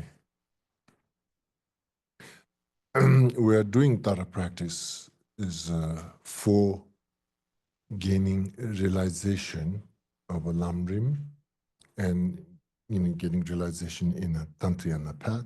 So that's kind of like basically kind of like the message is very clear, even like a 4 mandala Tara practice. Also, I think in Chitamani Tara, 4 mandala Tara practice, we don't do too much foundation of good quality, no? There's no...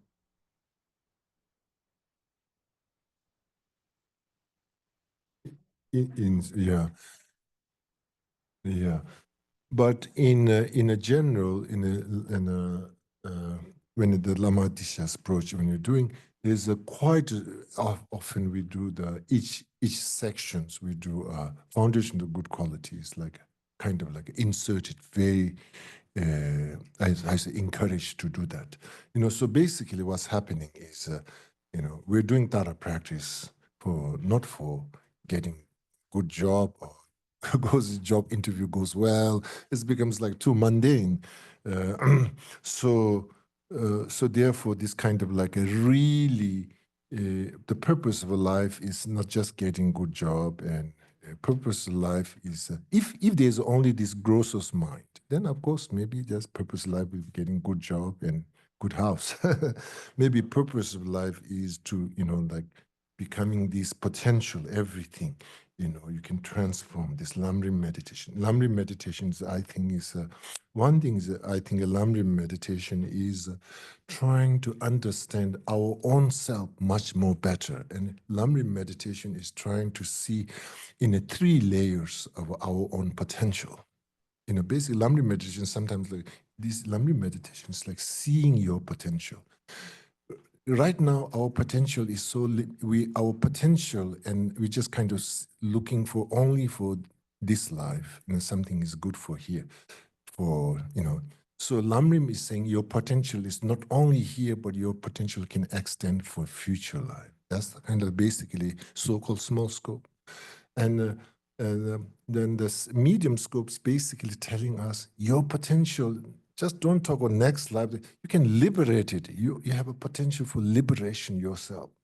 And that's why the medium, basically, it is a message of expressing your potential. And the great scope is saying like, you have a potential not only liberate yourself, but you have potential liberate every sentient being. And this is like a Lamrim. I think a key thing you have to say, Lamrim is talking to you, saying, you can do it. Don't give up. Can do it. So this is essentially Lamrim is basically encouragement, encouragement, gradual encouraging that we can do something. Okay, so that becomes like to bring the purpose of life. The purpose of a life is to really purpose of life is to really to see the full potential what we can do it. So really looking what is the purpose, what will be the purpose. Purpose will be the ideal purpose will be full potential, and my purpose need to be correlated with the potential. And this Lamrim is the overall thing. We as a human being, we have that potential. So encouragement that, and basically based on that, kind of like your worldview of yourself and everything kind of trying to change in slight different way. Everything's trying to change in different way. So your motivation is just kind of like go beyond this material, go beyond everything. So it's a I think it's is unmatched if we go limited motivation, and there's this kind of very advanced visualization in tantric practice, is unmatched. Sometimes there's a way of saying is you have this very, very precious brocade, and you use for cleaning kitchen. This expression do exist in a tantric philosophy. So that's kind of like any time in a day, sometime, kind of sad part, oh, I have an obstacle coming, what Tara practice I can do. It's kind of desperate situation, what to do. Okay, some blessing, great. But I think it's overall, in general, I think if our mind is growing in from that perspective, we have a naturally less obstacle.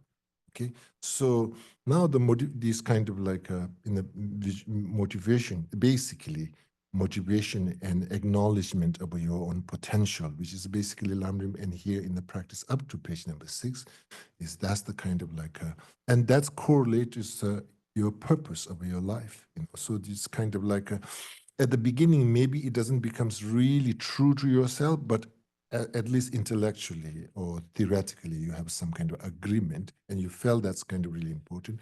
And then, you kind of integrate. So motivation and your potential, so Lamrim, that's kind of, I think is important. Then I think in the page number 7, if we look at it, do you think there's a 3, your guru, then the Yidam Tara, and then in the guru's heart, Yidam Tara, and the Tara's heart, silver letter Tam, or and the Tara is kind of like an ornament with the 3 Om Ahu. You see kind of like 3 layers, guru, heart of the guru, Tara, and Tara's is a kind of, in the heart of the Tara, there's a silver letter Tam. So you can see 3 layers. Essentially, the visualization have 3 layers. Guru, heart of the guru, Tara, Tara's heart, silver letter Tam. Okay, so in this visualization have a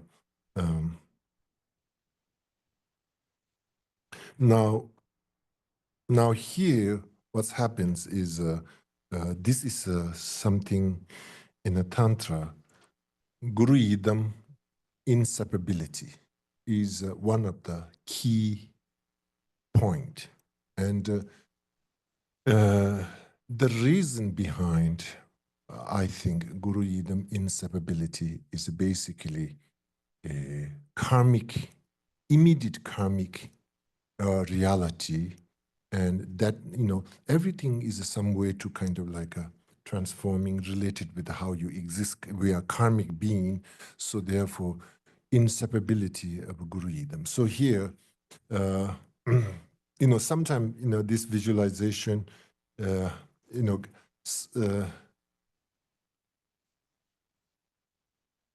this visualization, some in some another text, not necessarily encourage the guru visualization, but it goes straight to the Tara. But you visualization says like in the nature in your guru, that guru inseparability. Anytime we Yidam visualize it, inseparability of a guru and Yidam becomes one of the fundamental important part, because of the karmic, and we are directly karmically related with our own guru and our own master. Okay, so that becomes kind of very important too. So over here, guru visualization at the heart of in the top of your crown, guru, and then heart of the guru, Tara, and heart of the Tara, the silver letter Tam. And basically, sometime in a tantra, deity visualizations, you call like a samaya being, wisdom being, and concentration being. 3, kind of like a that visualization becomes kind of like the way you kind of like perceive the Yidam, where you perceive the Yidam. You have a kind of 3 layers, okay? And, there's a different, that kind of like uh, that kind of like a perception you develop, because again, it is a correlating how we exist as a being. As I mentioned earlier, we have a grossos and subtle and extreme subtle 3 layers. In a similar way, also we samaya being, wisdom being, and concentration being. Okay, now Tamsik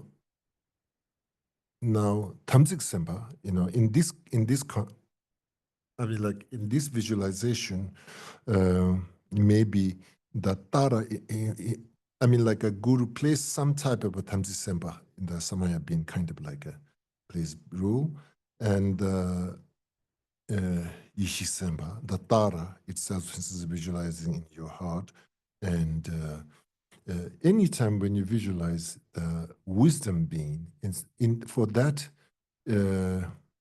Like for example, when you have a statue, you filled it up. Then when we do concentration, consecration, consecrate. When we're doing consecration, basically you are trying to invoke wisdom being. Not the when you're doing the statue filling up, you have the the blessing mantras. That's kind of like established the samaya being, and the wisdom being is through the ritual with the master, and part of the ritual in that there's a invoking in the wisdom being into the ishisamba. Okay, and due to individual person's karma and a faith in a devotion and the teacher's concentration and all this karmic dependent origination, and it depends how sometimes we have a statue. This is like this statue talking, talking statue. Sungchema in Tibet we have lots of Droma Sungchema. Droma Sungchema means like a statue that's spoken statue. In West, maybe this you go to psychology, see therapy.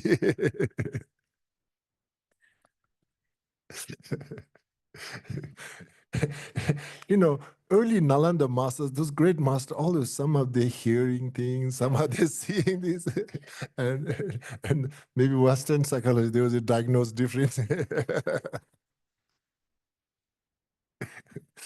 But anyway, the more wisdom being invoking becomes more effective, the transformation of aliveness of your statue, transformation that kind of happens. So this whole depends in the wisdom being, how much it's able to. It's again concentration and the karma and many depending together. Some statue just transform different. So there's these things, so and the effectiveness of invoking wisdom being is what that means. Wisdom being is basically in Kemba, Tsewa, and Nuba. You are invoking with your faith and devotion and with your concentration and the foundation of your karma with whoever's belonging that statue. And basically, Ishisemba basically invoke of the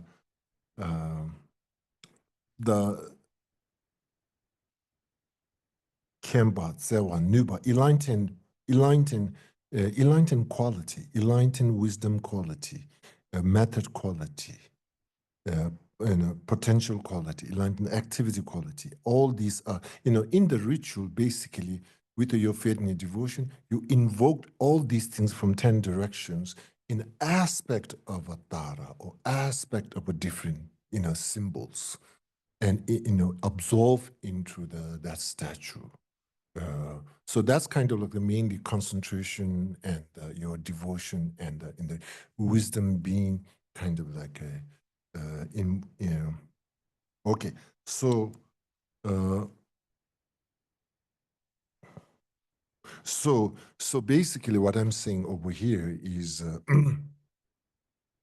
each visualization, guru visualization, in the heart of the guru, Tara visualization, in the heart of the Tara, silver letter Tam visualization. Before the silver letter Tam, you have a visualization of a silver letter Om Ahum, as mentioned into the. So, what is important here when you're doing the visualization of a silver letter Om Ahum? That Om Ahum is this mantra is very, like usually if you do, only we do Om Ahum when we making food offering. I think we should do like a daily basis, daily routine mantra, not just for like offering. We only do Om Ahum for offering.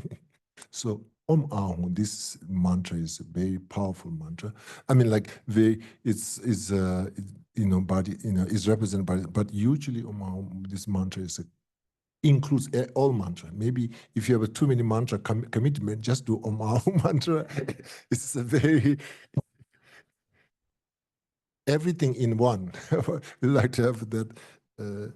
So basically, when you're doing these visualizations into the taras and the crown and the throat and the heart, I mean, like the thinking behind the view, the awareness behind, not just visual awareness behind what you're trying to do when you visualize. There's no dualistic of all enlightenment. Basically, when you're visualizing this syllable letter, this is all the Buddha's body. This is all the Buddha's speech. This is all the Buddha's mind. Oneness of a. Sometimes you say Om Ahu is basically it is a marking. There's no dualistic enlightened being because we think Tara, Chandras, this different manifestation makes us distracted to making these all are individual different. But all the enlightened being as a one nature and one, one entity or one nature. So this, when you're doing this silver letter visualization, you are trying to transform your view of the yidams, plural, yidams. You have to change your views. So whatever you're doing visual, of course, in this moment, you are doing the visualization of a yidam tara, but your view is an embodiment of all the yidams. So this is a message when you're doing Ao. And the method is, this is all the enlightened being's body. This is all the enlightened being's speech. This is all the enlightened being's heart. So that's kind of like a vehicle. This syllable letter is a vehicle to transform your view related with the yidams as a one. So this is a very important to, it's not just ornament.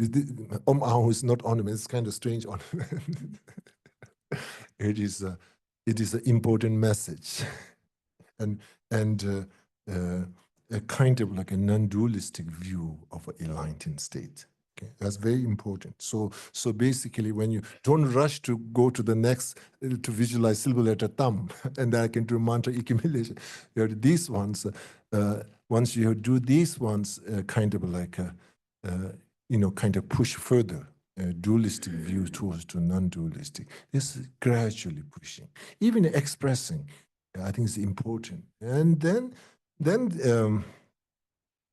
slowly, then visualizing syllable letter Tam also.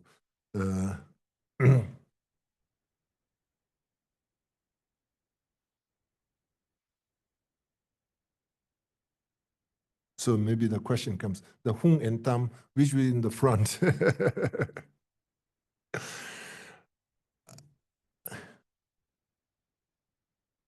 What do you think? I have no idea.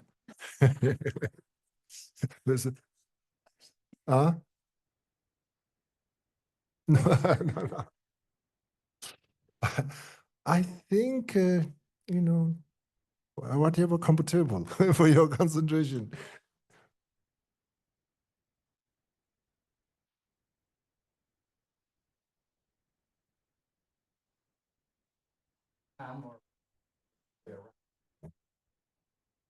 I think the purpose of Ahung is, that kind of transforming your view with the idioms. Okay, so that's kind of the key purpose. And the silver letter thumb you put in the sugul that go inside the, I think it's okay. You maybe just visualize in the front, through the process of your visualization you're going through, then, like I will say silver letter thumb is almost like a, whom can be background or thumb can be background. Maybe, from the order of a visualization point of view, maybe the thumb can be front of a silver letter hung. I'm not sure. You have to put in the middle of the hungs that round, what do you call that?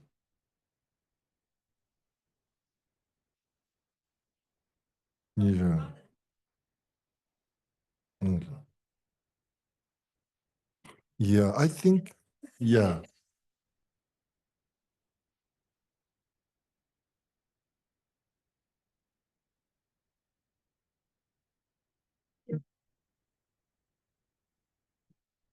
No, no, no, no, no. I think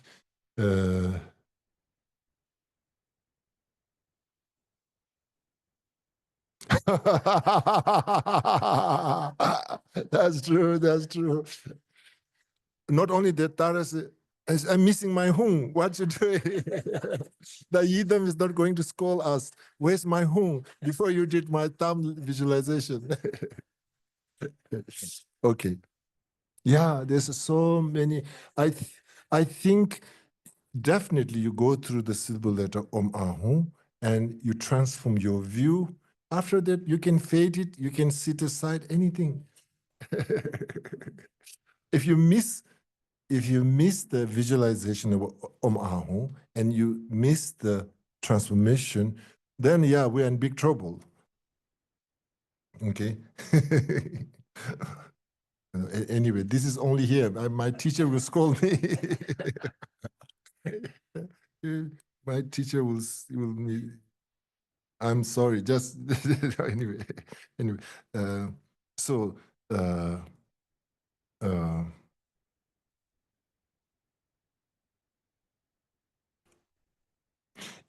basically, uh, embodiment of, when you have a three visualization, and I mean, like if we go through kind of like a timeline, then you have a kind of you have a syllable letter visualization, wow, then you change your perception, and then here syllable letter thumb makes kind of like this Tara is the embodiment of all the enlightened being, non-dualistic way. So let's make kind of like a little bit more, I say, better edited the visualization. Bad editing visualization, a good editing visualization. So basically emotion, so somehow focus is at the end goes through the Tara, through the silver letter thumb visualization. Kind of like you have an openness of all the yidam then coming down. Yeah, that can be.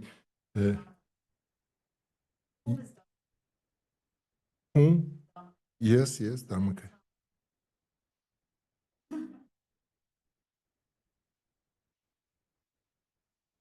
Dham can come from the Dhammakaya. Then again, it open up another sadhana can be. But I think, like in a sadhana description was how's that is like, Om Ahum, Heart, Lord, Samundis.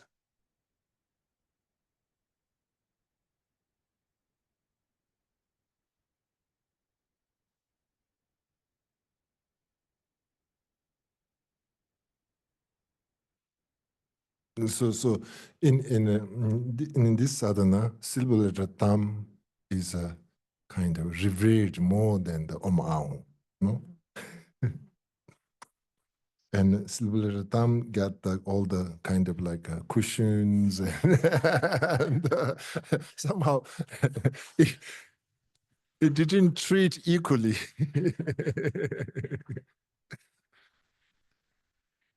Ah, there's a mantra unequal. So anyway,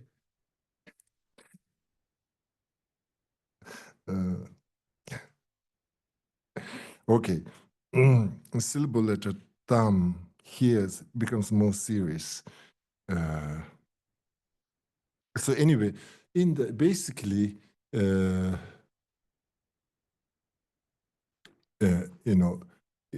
kind of like a designated mantra syllable for tara, which is syllable letter tam.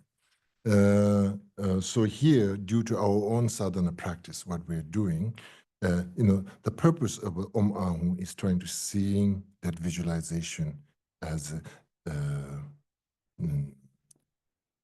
embodiment of all the idams. And then you have this kind of like a elaborated visualization at the heart, Tara's heart. And you have this, which is representing the seed syllable letter of Tara. Basically, it's almost like a kind of like a, for example, if we say, who is Tara? Tara is the seed syllable letter, Tam is the Tara. The all rest of kind of like from the tantric philosophical point of view, if we say what is the like for example, we say like who is self? I in the Buddhist philosophy, I, and the early schools say aggregates, and then Yogacara comes and saying there's a one specific consciousness called Alaya Vijnana, which is a self, and in the later schools, Nagarjuna say, you are too as obsessed to establishing I, to making that kind of very individual care. No, this I is just merely labeled, this goes through, and then it comes to the Tantra, really the I, the self, which is accountability of our karma, is the subtle mind. Is the lunch? Oh, sorry. Lunch. Oh, it's an Omahu lunch offering. Okay, let's go to dedication. Omahu.